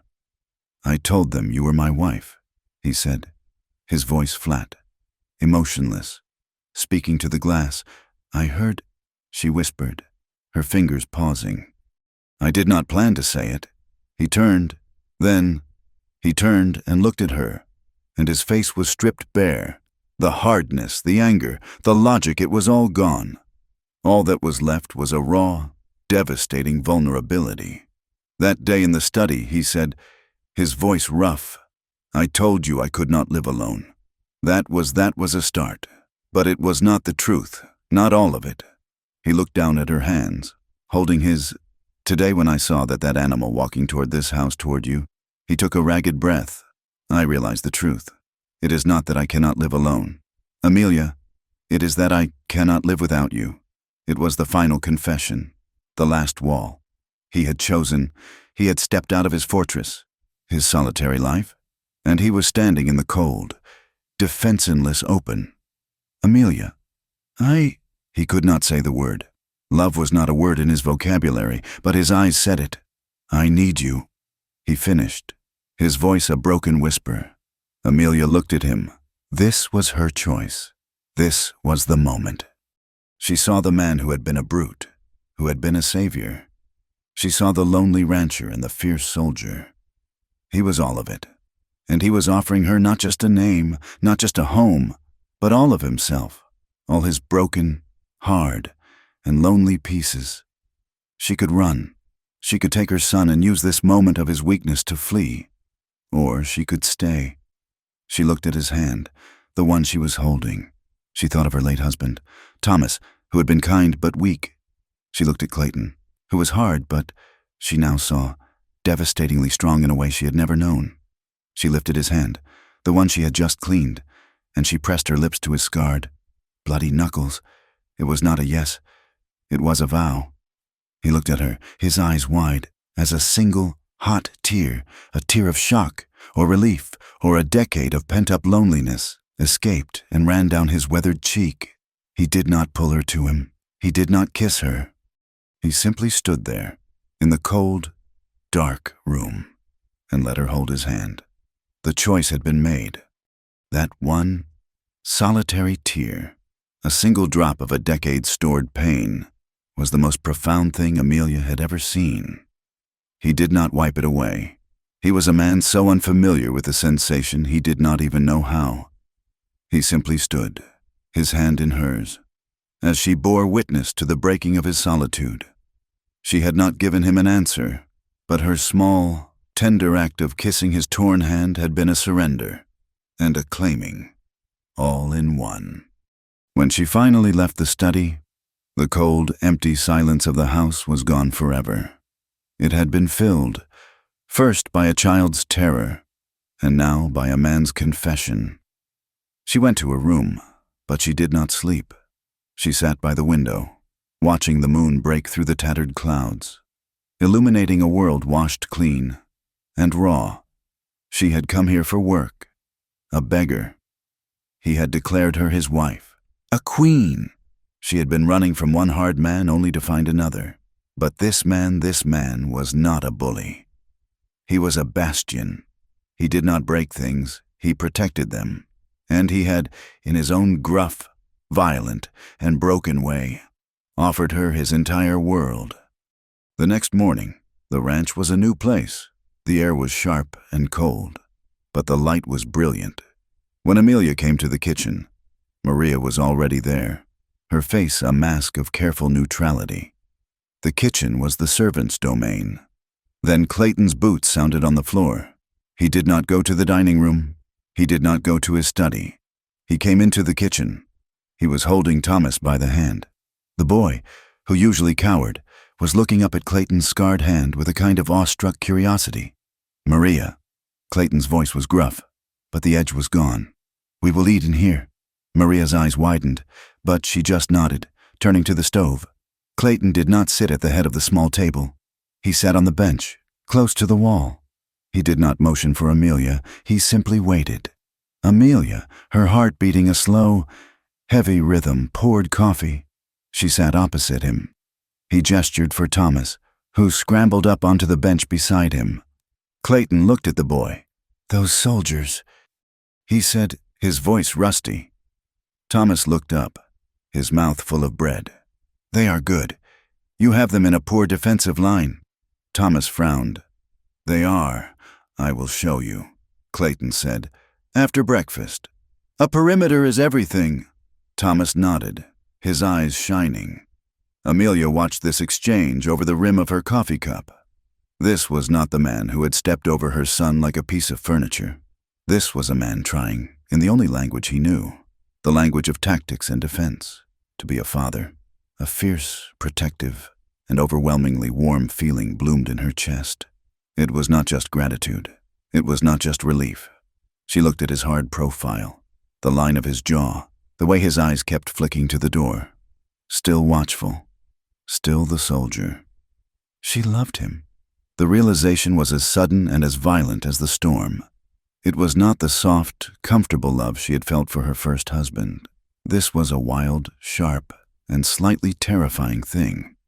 It was love born of respect, of shared danger. She loved his strength. She loved the damaged, lonely heart he had finally, clumsily shown her. She had not just found a home or a protector. She had found a man she understood, a man she, in her own quiet, fierce way, was a match for. They became a unit. The unspoken word, wife, settled over her like a mantle. The ranch hands, who had returned from the canyon, saw it instantly. Their ma'am was no longer tinged with curiosity. It was freighted with respect. She was the mistress of the ranch, and the boss had, in a single, public act of violence, claimed her. They worked. Clayton was driven by a new, cold energy. He knew, as she did, that it was not over. Barrow was not a man to accept such a public, violent humiliation. Clayton and Amelia rode out together. She was no longer just counting cattle. She was learning the land. His land, their land. This valley, he would say, reining in his horse on a high ridge, is a natural fortress. One way in, one way out. But the north ridge he pointed is vulnerable. They spent their days mending the damage from the storm, and their nights planning for the one that was coming. They sat in his study, not as master and servant, but as partners. He had his ledgers. She had her household books. "We are low on ammunition," she said, her voice quiet. She had been counting the boxes in the supply room. He nodded, making a note. "I will send 2 men to San Antonio." "Not Concordia. Barrow will be watching Concordia. You should go," she said, surprising herself. "No, I will not leave you and the boy." He said it with such finality, such simple, unarched fact, that her breath caught. He was no longer choosing between his solitude and a family. He was a family. His life was now inextricably bound to theirs. Amelia found her own strength growing to meet his. She was no longer a widow, flinching from the world. She was Amelia Westmore, in all but name. She organized the ranch hands' wives, Maria included, to begin canning and preserving the meager garden, planning for a siege. She was no longer just tending the house. She was managing it, hardening it, just as he was hardening the perimeter. She discovered a new kind of love. It was not a passive thing. It was active. It was waking in the cold dark to make coffee for the men he was sending on watch. It was holding his rifle, feeling its weight, and learning from him, in the quiet of the afternoon, how to load and fire it. "You hold it here," he would say, his hand closing over hers on the stock, his body a warm, solid presence behind her. "Do not be afraid of it. You are the master of it. You tell it what to do." The recoil, when she first fired it at a line of bottles, was a brutal, shocking kick that nearly knocked her down. He caught her, his hand steady on her shoulders. Again. She did, and this time, she was ready. The bottle shattered. She looked at him and saw a flicker of pride in his pale eyes. It was worth more to her than all the compliments she had ever received. The final conflict came, as they knew it would, but it came with a coward's malice. In the dead of night. A week had passed. A cold moon hung in a clear, black sky. Amelia was in her room, mending one of Clayton's shirts, the one torn in his fight with Jake. She was stitching the heavy fabric, her mind quiet. When she heard it, it was not a shout. It was a single, sharp crack, a rifle shot, from the north ridge, a warning from his sentry. She was on her feet in an instant, her heart a cold drum. Seconds later, Clayton burst through her door. He was not in his nightshirt. He was fully dressed, his pistol in his hand. He had been sleeping in the chair in his study, waiting. "They are here." He did not need to say who. He grabbed her arm. "To the cellar. Now." Mama Thomas was sitting up in his bed, his eyes wide with sleep and fear. Clayton did not wait. He swept the boy up in one arm, blankets and all, and grabbed Amelia with the other. He pulled them through the dark, silent house. Gunshots were ringing out now, closer. He did not take them to the main root cellar, the one with the outside door. He took them to a small, hidden cold cellar under the kitchen, its entrance a trap door hidden beneath a rug. He shoved the rug aside, pulled the door open. "Get in." He pushed Amelia toward the ladder. "No," she said, clutching his arm. "Not without you, Amelia." His voice was a razor. "This is not a discussion. I have to fight. You have to be safe." He was shoving her, and Thomas, into the dark, earthy hole. "I will not take this." He shoved his own pistol, the one from his hip, into her hand. It was warm. He looked into her eyes, his face illuminated by the moonlight streaming through the kitchen window. "You are the heart of this. Amelia, if they get you, it is over. You bar this door from the inside. Do not open it. For any reason. Do you understand me?" She looked at the pistol, then at his face. This was it. This was the trust. "I understand. You hear my voice." "You hear Maria's voice. You do not open it. Not until I come for you." "No," she said, her voice shaking but firm. "I will not open it unless you use the word I am thinking of." He stared, confused. "What?" "The horse," she whispered. "The one I saved." His eyes widened. "Thunder." It was a code, a promise. He nodded. "Thunder." He slammed the trap door. She heard the heavy bolt of the rug being dragged over it. In the pitch black, she heard the kitchen door bang open above her, heard his boots on the floor, and then the explosion of his rifle firing from the porch. The next hour was a lifetime of terror. She held Thomas, who was shaking, his face buried in her lap. Above them, the sounds of a war. Shouting, the roar of rifles, the high, terrified whinny of a horse, the shattering of glass, and then a new sound, a scraping, right outside the kitchen, near the walls of the cellar. She held her breath. Mama Thomas whimpered. "Shh." A man's voice, muffled, but close, too close. "He is not on the porch. I saw him run to the barn." Another voice. "Barrow wants the woman. Find the woman." Amelia's blood turned to ice. They were looking for her. She heard a scratching, fumbling sound, not at the trap door, but at the small, boarded-up ventilation shaft near the ground. She pushed Thomas behind a stack of potato sacks, her hand over his mouth. "Stay. Do not move. Do not make a sound." She stood, her back against the cold earth wall. She raised the pistol in both hands, her arms straight, just as he had taught her. She pointed it at the small wooden grate of the ventilator. It was dark. She could see nothing, but she could hear. The grate splintered. Wood cracked. A hand fumbled through the hole, trying to find a latch. Then a man's head and shoulders shoved through the opening, a dark shape against the faint moonlight. He was stuck, halfway. He saw her. Well. He grunted, trying to pull himself through. Amelia did not scream. She did not cry. She thought of her son behind her. She thought of Clayton, fighting for their lives above her. She thought of her vow. She pulled the trigger. The explosion was deafening. A cannonade in the tiny space.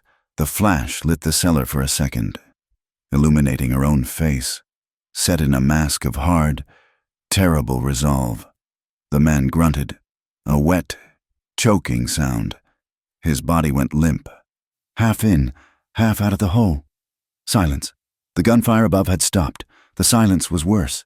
She stood, shaking so hard she could barely breathe, the pistol smoking in her hand. Then, from above, a sound that ripped her heart out. Clayton's voice. It was not a call. It was a roar of pure, primal fear. Amelia, she heard the rug being thrown, the trapdoor ripping open.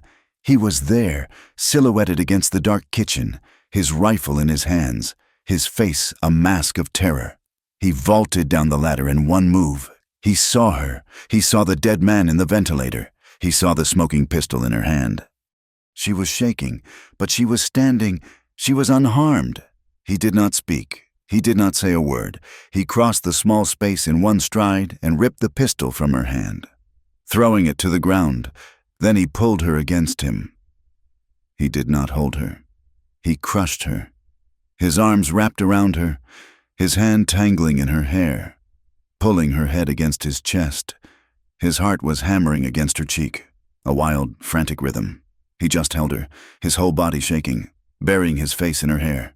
"It is done," he whispered, his voice raw. "It is done." The fight was over. Barrow and his men were captured or fled. The threat was gone. He held her, his wife, the woman who had just killed a man to protect his home, his son, and Amelia clung to him. Her protector, the man she had, in turn, protected. This was not a love of gentle words or soft touches. It was a love of iron and gunpowder, of shared survival and absolute, unbending loyalty. It was the only kind of love that could survive this land, and it was theirs.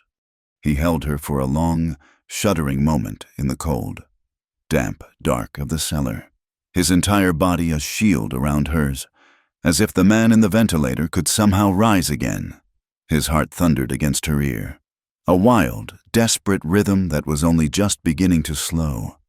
"It is done," he had whispered, his voice a raw rasp, and she felt the truth of it. The terror of the last hour was draining away, leaving a bone-deep, trembling exhaustion. He finally pulled back, though his hands never left her. They framed her face, his thumbs wiping at the gunpowder smudges on her cheeks, his eyes lit only by the sliver of moonlight from the trapdoor, scanning every inch of her, a frantic, silent question. "Are you hurt?" She shook her head, unable to find her voice. "No." He looked past her, into the darkness. "Thomas," his voice was softer. "I am here." A small, quavering voice came from behind the potato sacks.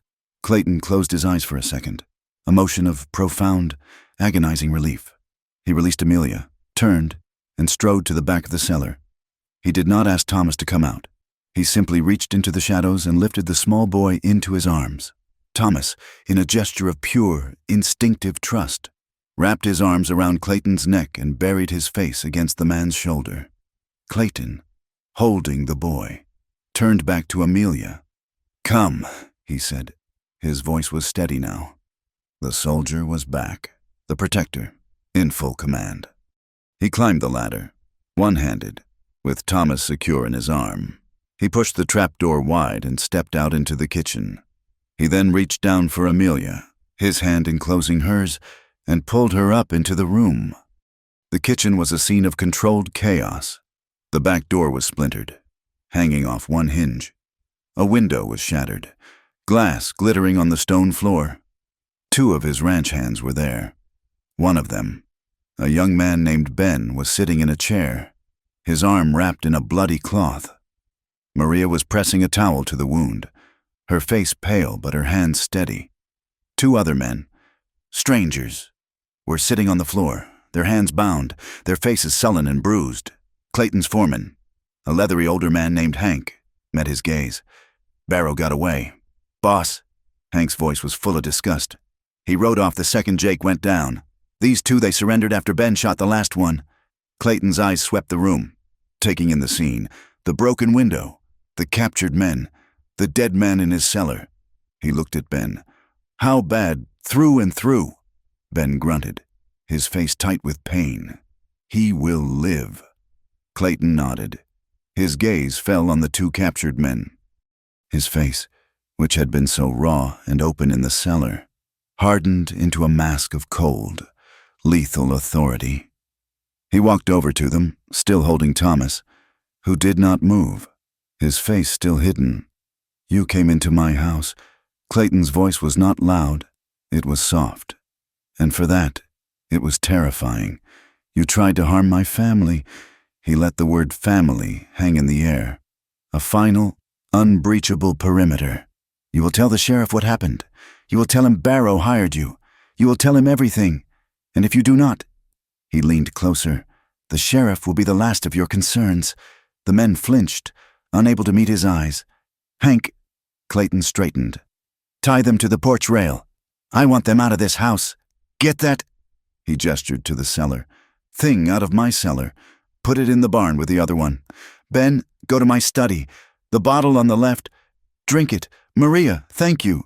He had, in the span of 30 seconds, taken complete charge. He was no longer a man reacting. He was a man in command. He turned, his back to all of them. A clear dismissal. His focus was singular. He walked to Amelia, who was standing by the table, her hands locked together. her body still vibrating with shock. He did not speak. He simply put his free hand on her back, a firm, possessive, guiding pressure, and steered her out of the kitchen. He walked her down the dark hall, past the study, to his own room, the largest bedroom in the house, the one she had only ever dusted. He pushed the door open. It was untouched, quiet, safe. He finally let Thomas down. Setting the boy on the thick fur rug, he turned to Amelia. The lamplight from the hall lit her face. She was pale as death, her hair wild, a smudge of his blood on her cheek. The adrenaline was gone, leaving her hollow. The enormity of what she had done, of what he had done, crashed over her. She had taken a life. She began, her voice a reedy whisper. I killed. His hands came up, framing her face again, his grip firm. You survived, he said, his voice hard. Absolute. You protected your son. You protected my home. There is no shame in that. There is only his voice broke, just for an instant. He pulled her forward, his forehead resting against hers. There is only you, he whispered. You and the boy. That is all that matters. He was a man who had seen death, who had dealt it. He was giving her absolution, the only way he knew how. He was taking her act onto himself, making it part of his own defense, his own battle. He stepped back, his hands moving to her shoulders. I'm going to get the sheriff. I'm going to end this. He looked at his room, at her, at the boy on the floor. This is your room now. He said it as a simple fact. Lock the door behind me. Do not open it. She clutched his arm, a sudden, returning panic. No, do not go. I must, he said, his voice gentle, but inflexible. This has to be done by the law. I am not a fool. Amelia, I am protecting you, and that means protecting you with the law, not just with a gun. Barrow is a coward, but he is a rich coward. He must be finished, properly. He saw the fear in her eyes. Hank and 4 men will be on this porch. You will be safer than the president. He looked at her, and his hard soldier's face softened. I will be back before the sun. He left. She heard his boots in the hall, heard him giving low, sharp orders to his men. She heard the sound of several horses riding out, fast. She locked the door. She sank onto the bed, the first moment she had been still in hours. Thomas crawled up beside her, and she wrapped him in a quilt, her arms like steel bands around him. She did not sleep. She sat in the master's bed, in the fortress, and waited for her husband to come home. He returned, as promised, just as the sky was turning a pale, bruised purple.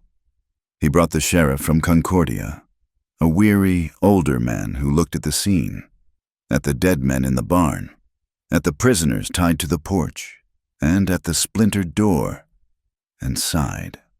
Clayton told the story. His voice was flat, precise, and omitted nothing. He spoke of Barrow's initial visit, the threats. He spoke of the attack. The sheriff looked at Amelia. And you? Ma'am Clayton stepped forward, his body shielding her. My wife was defending our son. His voice was a low warning. The man she shot was halfway through the cellar vent. You will find his prints on the wood. It was self-defense. The sheriff looked at Clayton's hard, unblinking eyes, and at the woman standing behind him, pale but unbroken. He nodded. Self-defense it is, Mr. Westmore. The law, it turned out, was simple. The bank in San Antonio, upon hearing that their agent, Barrow, had mounted a private, armed and fatal assault on a client, was thrown into a panic. They disavowed him instantly.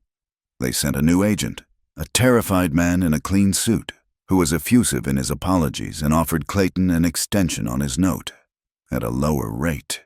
The drought had broken, after all. The Westmore Ranch was, once again, a very good investment. The social conflict, the gossip of the town, was silenced overnight. Amelia Vance, the fallen woman, the rancher's mistress, had vanished. In her place was Mistress Westmore, a hero, a woman who had, by all accounts, stood by her man, faced down killers, and protected her home. The story that spread, told by Hank and the other men, was one of a pioneer woman, a true Texas queen. A week later, peace had settled on the ranch. The window was repaired. The door was replaced with a new, thicker bar. The earth in the yard was no longer mud, but damp, promising soil. The peak of their emotion was not a second, violent clash. It was a quiet, profound sense of safety. Clayton had, finally, accepted his role. He was no longer a man fighting his own loneliness. He was a man living. Amelia found him on the porch. The cold snap had held, and the air was sharp. He was not reading a ledger. He was on his knees, on the porch boards. Thomas was with him. His wooden soldiers lined up. "No, son," Clayton was saying, his voice rumbling. "You never put them in a straight line. They will be cut down. You need a crossfire. See this one here, and this one here." He was, with a soldier's precision, teaching his new son the art of war, using the small, carved toys. Amelia smiled, a real, warm smile that reached her eyes. She wrapped a thick wool blanket around her shoulders and sat in the chair nearby. Clayton looked up, his movements freezing for a moment as he saw her. The look in his eyes was one of simple, unguarded possession. It was a look of such profound love, so deep and quiet, it made her breath catch. He had not said the word. He probably never would. He was not a man of words. He was a man of actions. He had killed for her. He had claimed her. He had taken her son as his own. He turned back to the boy. "Now, we build our defenses." Amelia sat back, pulling the blanket tighter. She watched her two men, her husband and her son, prepare for their imaginary war. The real one was over. The conflict was resolved. Clayton Westmore was no longer a closed, solitary man. He was a husband, and he was a father, and in the safety of the fortress he had built, his family, at long last, had found peace. The peace was a tangible thing, as real as the cold, clean air that had swept the valley, the violence of the raid, the sharp, acrid smell of gunpowder had been scrubbed away, leaving the ranch quiet, but not silent. The silence was no longer the oppressive, empty thing Clayton had built around himself. It was the comfortable, living quiet of a home. It was the sound of Thomas playing on the floor, the muffled clatter of pots from Maria's kitchen, the steady scratch of Amelia's pen in the household ledger. Clayton had changed. The transformation was not loud, but it was absolute. The man who had stepped over his new son as if he were a bundle of rags now found himself on his knees on the study floor, explaining the structural weaknesses of a block tower. The man who had eaten alone in a cavernous dining room now refused to eat anywhere but the kitchen, with Amelia on one side of him and Thomas on the other. He had not, as Amelia had noted, ever said the word love. It was not in his nature, but his love was in his actions. It was in the way he would appear at her side when she was lifting a heavy basket, his hand taking it from hers without a word. It was in the way his eyes would scan the ridge lines, a constant, watchful perimeter he kept, not just for his land, but for his family. He had become what he had never known. He could be a husband and a father. He found, to his own profound astonishment, that it was not a burden, it was not a weakness. It was a settling, as if, after a lifetime of war and solitude, he had finally, at long last, been given permission to stand down. He had something to defend, yes, but he also had something to live for. About 2 weeks after the attack, Clayton stood from the breakfast table. "We are going to Concordia." He said it as a simple fact. Amelia's hands, which were stacking plates, paused. She had not left the ranch since the day she had returned with Thomas, the day the women in the general store had cut her to pieces with their whispers. The town was a place of shame, a place that held the ghost of her humiliation. He saw the flicker of fear in her eyes. His gaze softened. "The men need supplies," and he hesitated, a rare thing for him. "Your son needs new boots." It was his way of saying, "We are a family, and a family goes to town together." He was not going to let her hide. He was not going to let the town's small, vicious judgments keep his wife a prisoner. She began, the old insecurity rising. "Amelia," his voice was low, and it cut through her fear. He reached across the table, his large, scarred hand covering hers. It was a public gesture, a thing he would never have done before. Maria, in the corner, discreetly turned her back. "I am with you." It was a simple promise, a statement of fact. She looked at his hand, solid and warm on hers. She nodded. "I will get our coats." The journey was not a desperate, frantic walk. It was a slow, steady ride in the ranch's best wagon. Clayton sat on the driver's bench, the reins in one hand. Thomas was wedged between them, bundled in a quilt, his eyes wide with the excitement of the trip. Clayton, in a gesture that made Amelia's heart ache, had wrapped his own arm around the boy, holding him steady against the wagon's jolts. He pointed out things to the child. See that his deep voice rumbled. "That is a red-tailed hawk. He is looking for his breakfast. He is a soldier," Thomas whispered. Awestruck, Clayton actually chuckled. A low, rusty sound. "Yes, son, he is." When they clattered down the single dusty street of Concordia, it was exactly as Amelia remembered. The town stopped. Mr. Henderson, sweeping the porch of his store, froze. The two women she remembered so vividly, Mistress Polk and Mistress Davies, were walking out of the dress shop. They stopped dead, their hands flying to their mouths. Amelia felt her face grow hot. She instinctively shrank, her shoulders hunching. Clayton, as if he had felt her movement, acted. He pulled the wagon to a stop, not at the hitching post down the street, but directly in front of the general store. He did not get down. He turned to her, his face unreadable.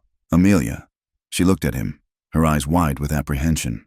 He simply looked at her, his gaze steady, and waited. She understood. He would not force her. He would not order her. He was giving her the choice to meet this, or to hide. She took a deep breath. She thought of the woman who had begged on his porch. She thought of the woman who had stood up to him in his own dining room. She thought of the woman who had fired his pistol in the dark. She was not a beggar anymore. She straightened her spine. She met his gaze, and her own was just as steady.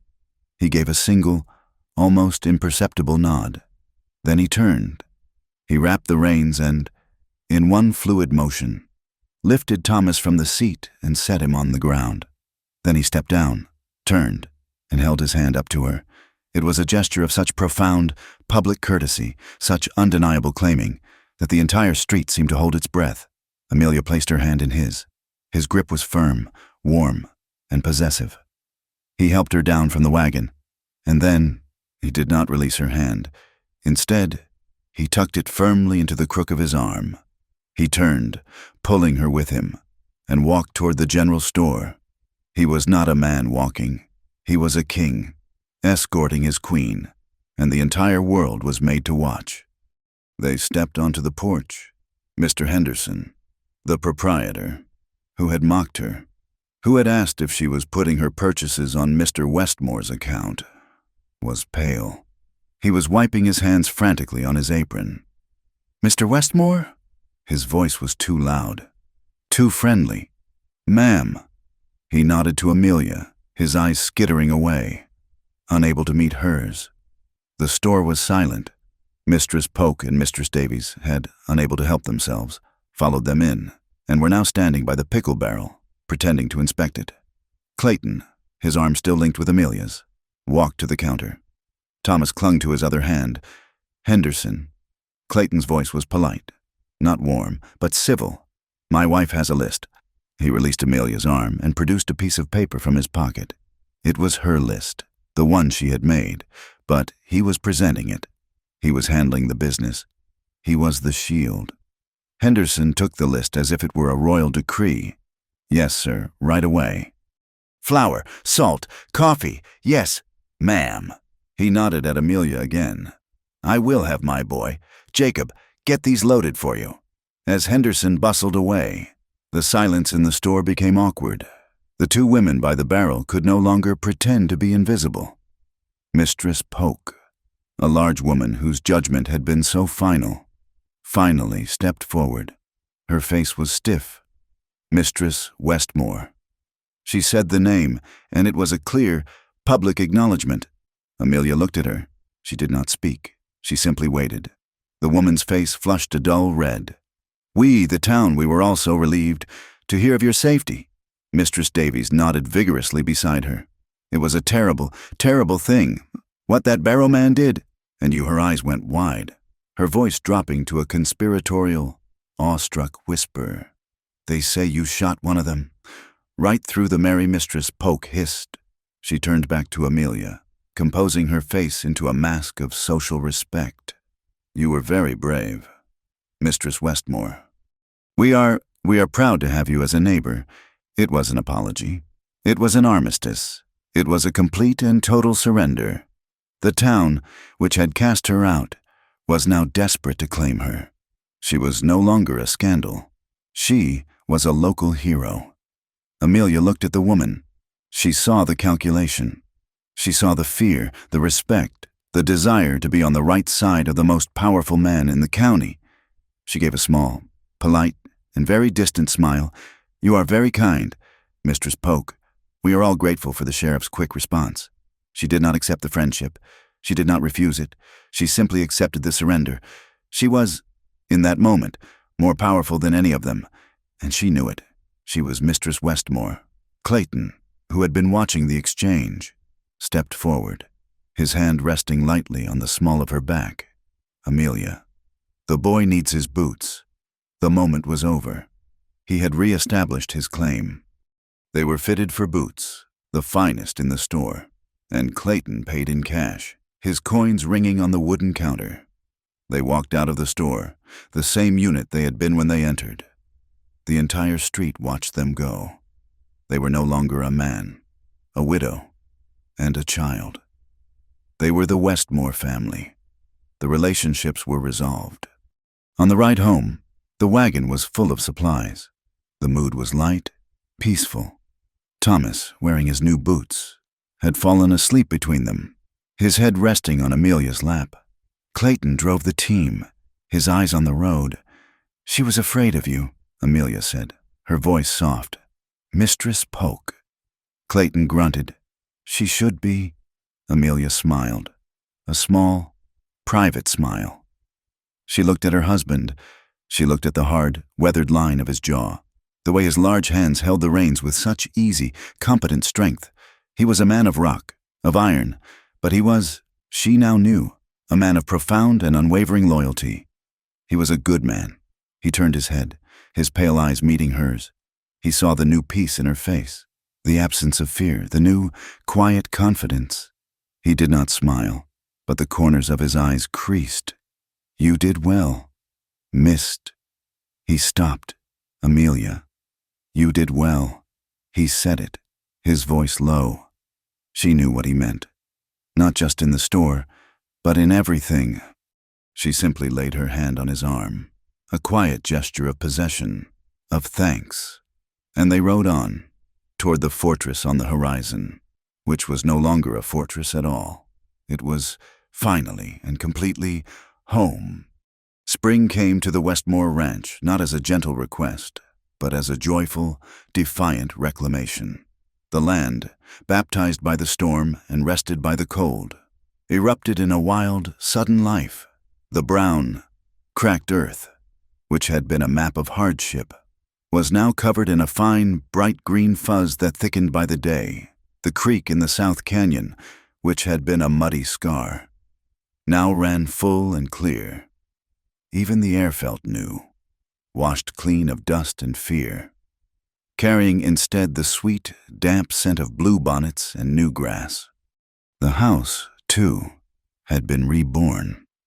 The heavy, dark timbers of the porch seemed less like a fortress and more like a shelter. The windows, which had been dark, watchful eyes, were now thrown wide, letting the fresh air and the sound of a living ranch flow through the halls. The silence was gone. In its place was the ring of a hammer from the barn, the distant lowing of healthy, satisfied cattle, and the high, clear shouts of a small boy at play. Amelia stood on that porch, one hand resting on the smooth, worn wood of the railing. She was not mending. She was not waiting for an order. She was watching. Her eyes, no longer shadowed by grief or fear, scanned the vast, greening valley. It was her land, her home. She wore a simple dress of dark blue calico, a color that brought out the warmth in her hair, which she now wore in a soft, simple knot at the nape of her neck. The dress was not a servant's, nor a widow's. It was a wife's, and it was pulled taut over the gentle, unmistakable swell of her belly.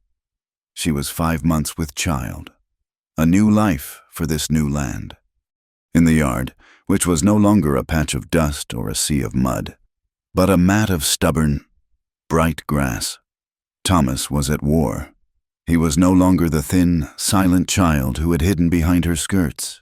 He was a sturdy, sun-browned boy of 5, his hair bleached by the sun. He was crouched behind an imaginary barricade, his old, treasured wooden soldiers set up in the complex crossfire pattern his father had taught him. "Fire," he shouted, his voice clear and confident. "You cannot get us, Mr. Barrow. My papa will get you." Amelia smiled, a soft, private expression. She had, at first, been worried by this game, but Clayton had explained it, his voice low and serious as he sat with her on this same porch one evening. "It is how he makes sense of it. Amelia," he had said, his large hand covering hers. "He is not remembering the fear. He is remembering that we won. He is learning that this family, this home, does not break." And he was right. Thomas was not playing a game of terror. He was playing a game of victory. Amelia's gaze lifted from her son and went to the horizon, to the canyon road. A small speck, which her eyes were now trained to find, was moving, growing larger. It was a single rider, her husband. He had been gone since sunrise, checking the new calves in the high pasture. She did not worry. Not anymore. The fear that had lived in her stomach for so long, the fear of loss, of abandonment, of attack, was gone. It had been replaced by a deep, quiet certainty. He would always come back. She went inside, not to the kitchen, but to the study. It was her room now, as much as his. The dark leather and wood was softened by her presence. A vase of wildflowers sat on the desk, and the ledgers, which she now kept, were open. She poured 2 glasses of cool water from the pitcher on the sideboard and carried them out to the porch, setting them on the small table. She was sitting, her hands resting lightly on her stomach, when he rode into the yard. Clayton Westmore had changed, too. The years of war and solitude had been etched onto his face, lines of hardness and grief. But this new year had softened them. The lines around his eyes were still there, but they were crinkled now. Not from suspicion, but from squinting into the sun, from the small, rare smiles he gave his son. He still wore the durable, dark clothes of a rancher, but he no longer looked like a man at war with the world. He looked like a man who owned it. He saw her on the porch. He always looked for her first, his hand, which had been resting on his thigh, raised in a small, brief salute, a private greeting. He swung down from his horse, Thunder, the big roan, who was now Thomas's favorite animal. Papa Thomas yelled, abandoning his war and running full tilt. Clayton, in a move that was now as natural as breathing, bent and swung the boy up, settling him high on his hip. "Did you win?" Clayton asked, his voice a low rumble. "I did," Thomas said proudly. "I put the men in a crossfire, just like you said. Good man." Clayton nodded and walked toward the porch. He was no longer the man who had stepped over this child. He was a father, and the pride in his voice was the most real, the most profound thing in the world. He mounted the steps, his gaze on Amelia. He did not say anything. He simply walked to her chair, leaned down, and kissed her. It was not a passionate, desperate kiss. It was a kiss of simple, profound fact. It was a kiss that said, "I am home." It tasted of the sun, the wind, and the land. He handed Thomas to her, and the boy scrambled into her lap. Clayton sat in the chair beside her, his own solid timbered chair, and picked up the glass of water. He drank it down in one long draught. "Good water," he said, the highest of compliments. "The herd is strong," he reported, leaning back, his body finally relaxing. We lost 3 calves to a cat in the high rocks, but the rest are fat. It is a good year, Amelia, it is," she said, her hand stroking Thomas's hair. They sat in a comfortable, shared silence. This was their life now, a life built not on grand declarations, but on shared work, shared dangers, and a shared, quiet understanding. Amelia looked at him, at this hard, difficult, impossible man who had become the entire center of her world. She remembered the woman who had stood on this very spot, her voice shaking, begging for work. She had been so broken, so lost, so desperate for any small piece of solid ground. She had been offered a transaction, a cold, practical arrangement. "I do not need a servant, I need a wife." The words echoed in her memory, but they had lost their sting. They were no longer a shocking proposition. They were, she understood, the first clumsy words of a man who was drowning in his own solitude, reaching out for a lifeline. And she, in her own desperation, had been strong enough to grab it. He had not needed a wife. Not really. He had needed a partner. He had needed a defender. He had needed, though he would never, ever say the word, love. A love as strong and unyielding as the land itself. And she had not just needed a home.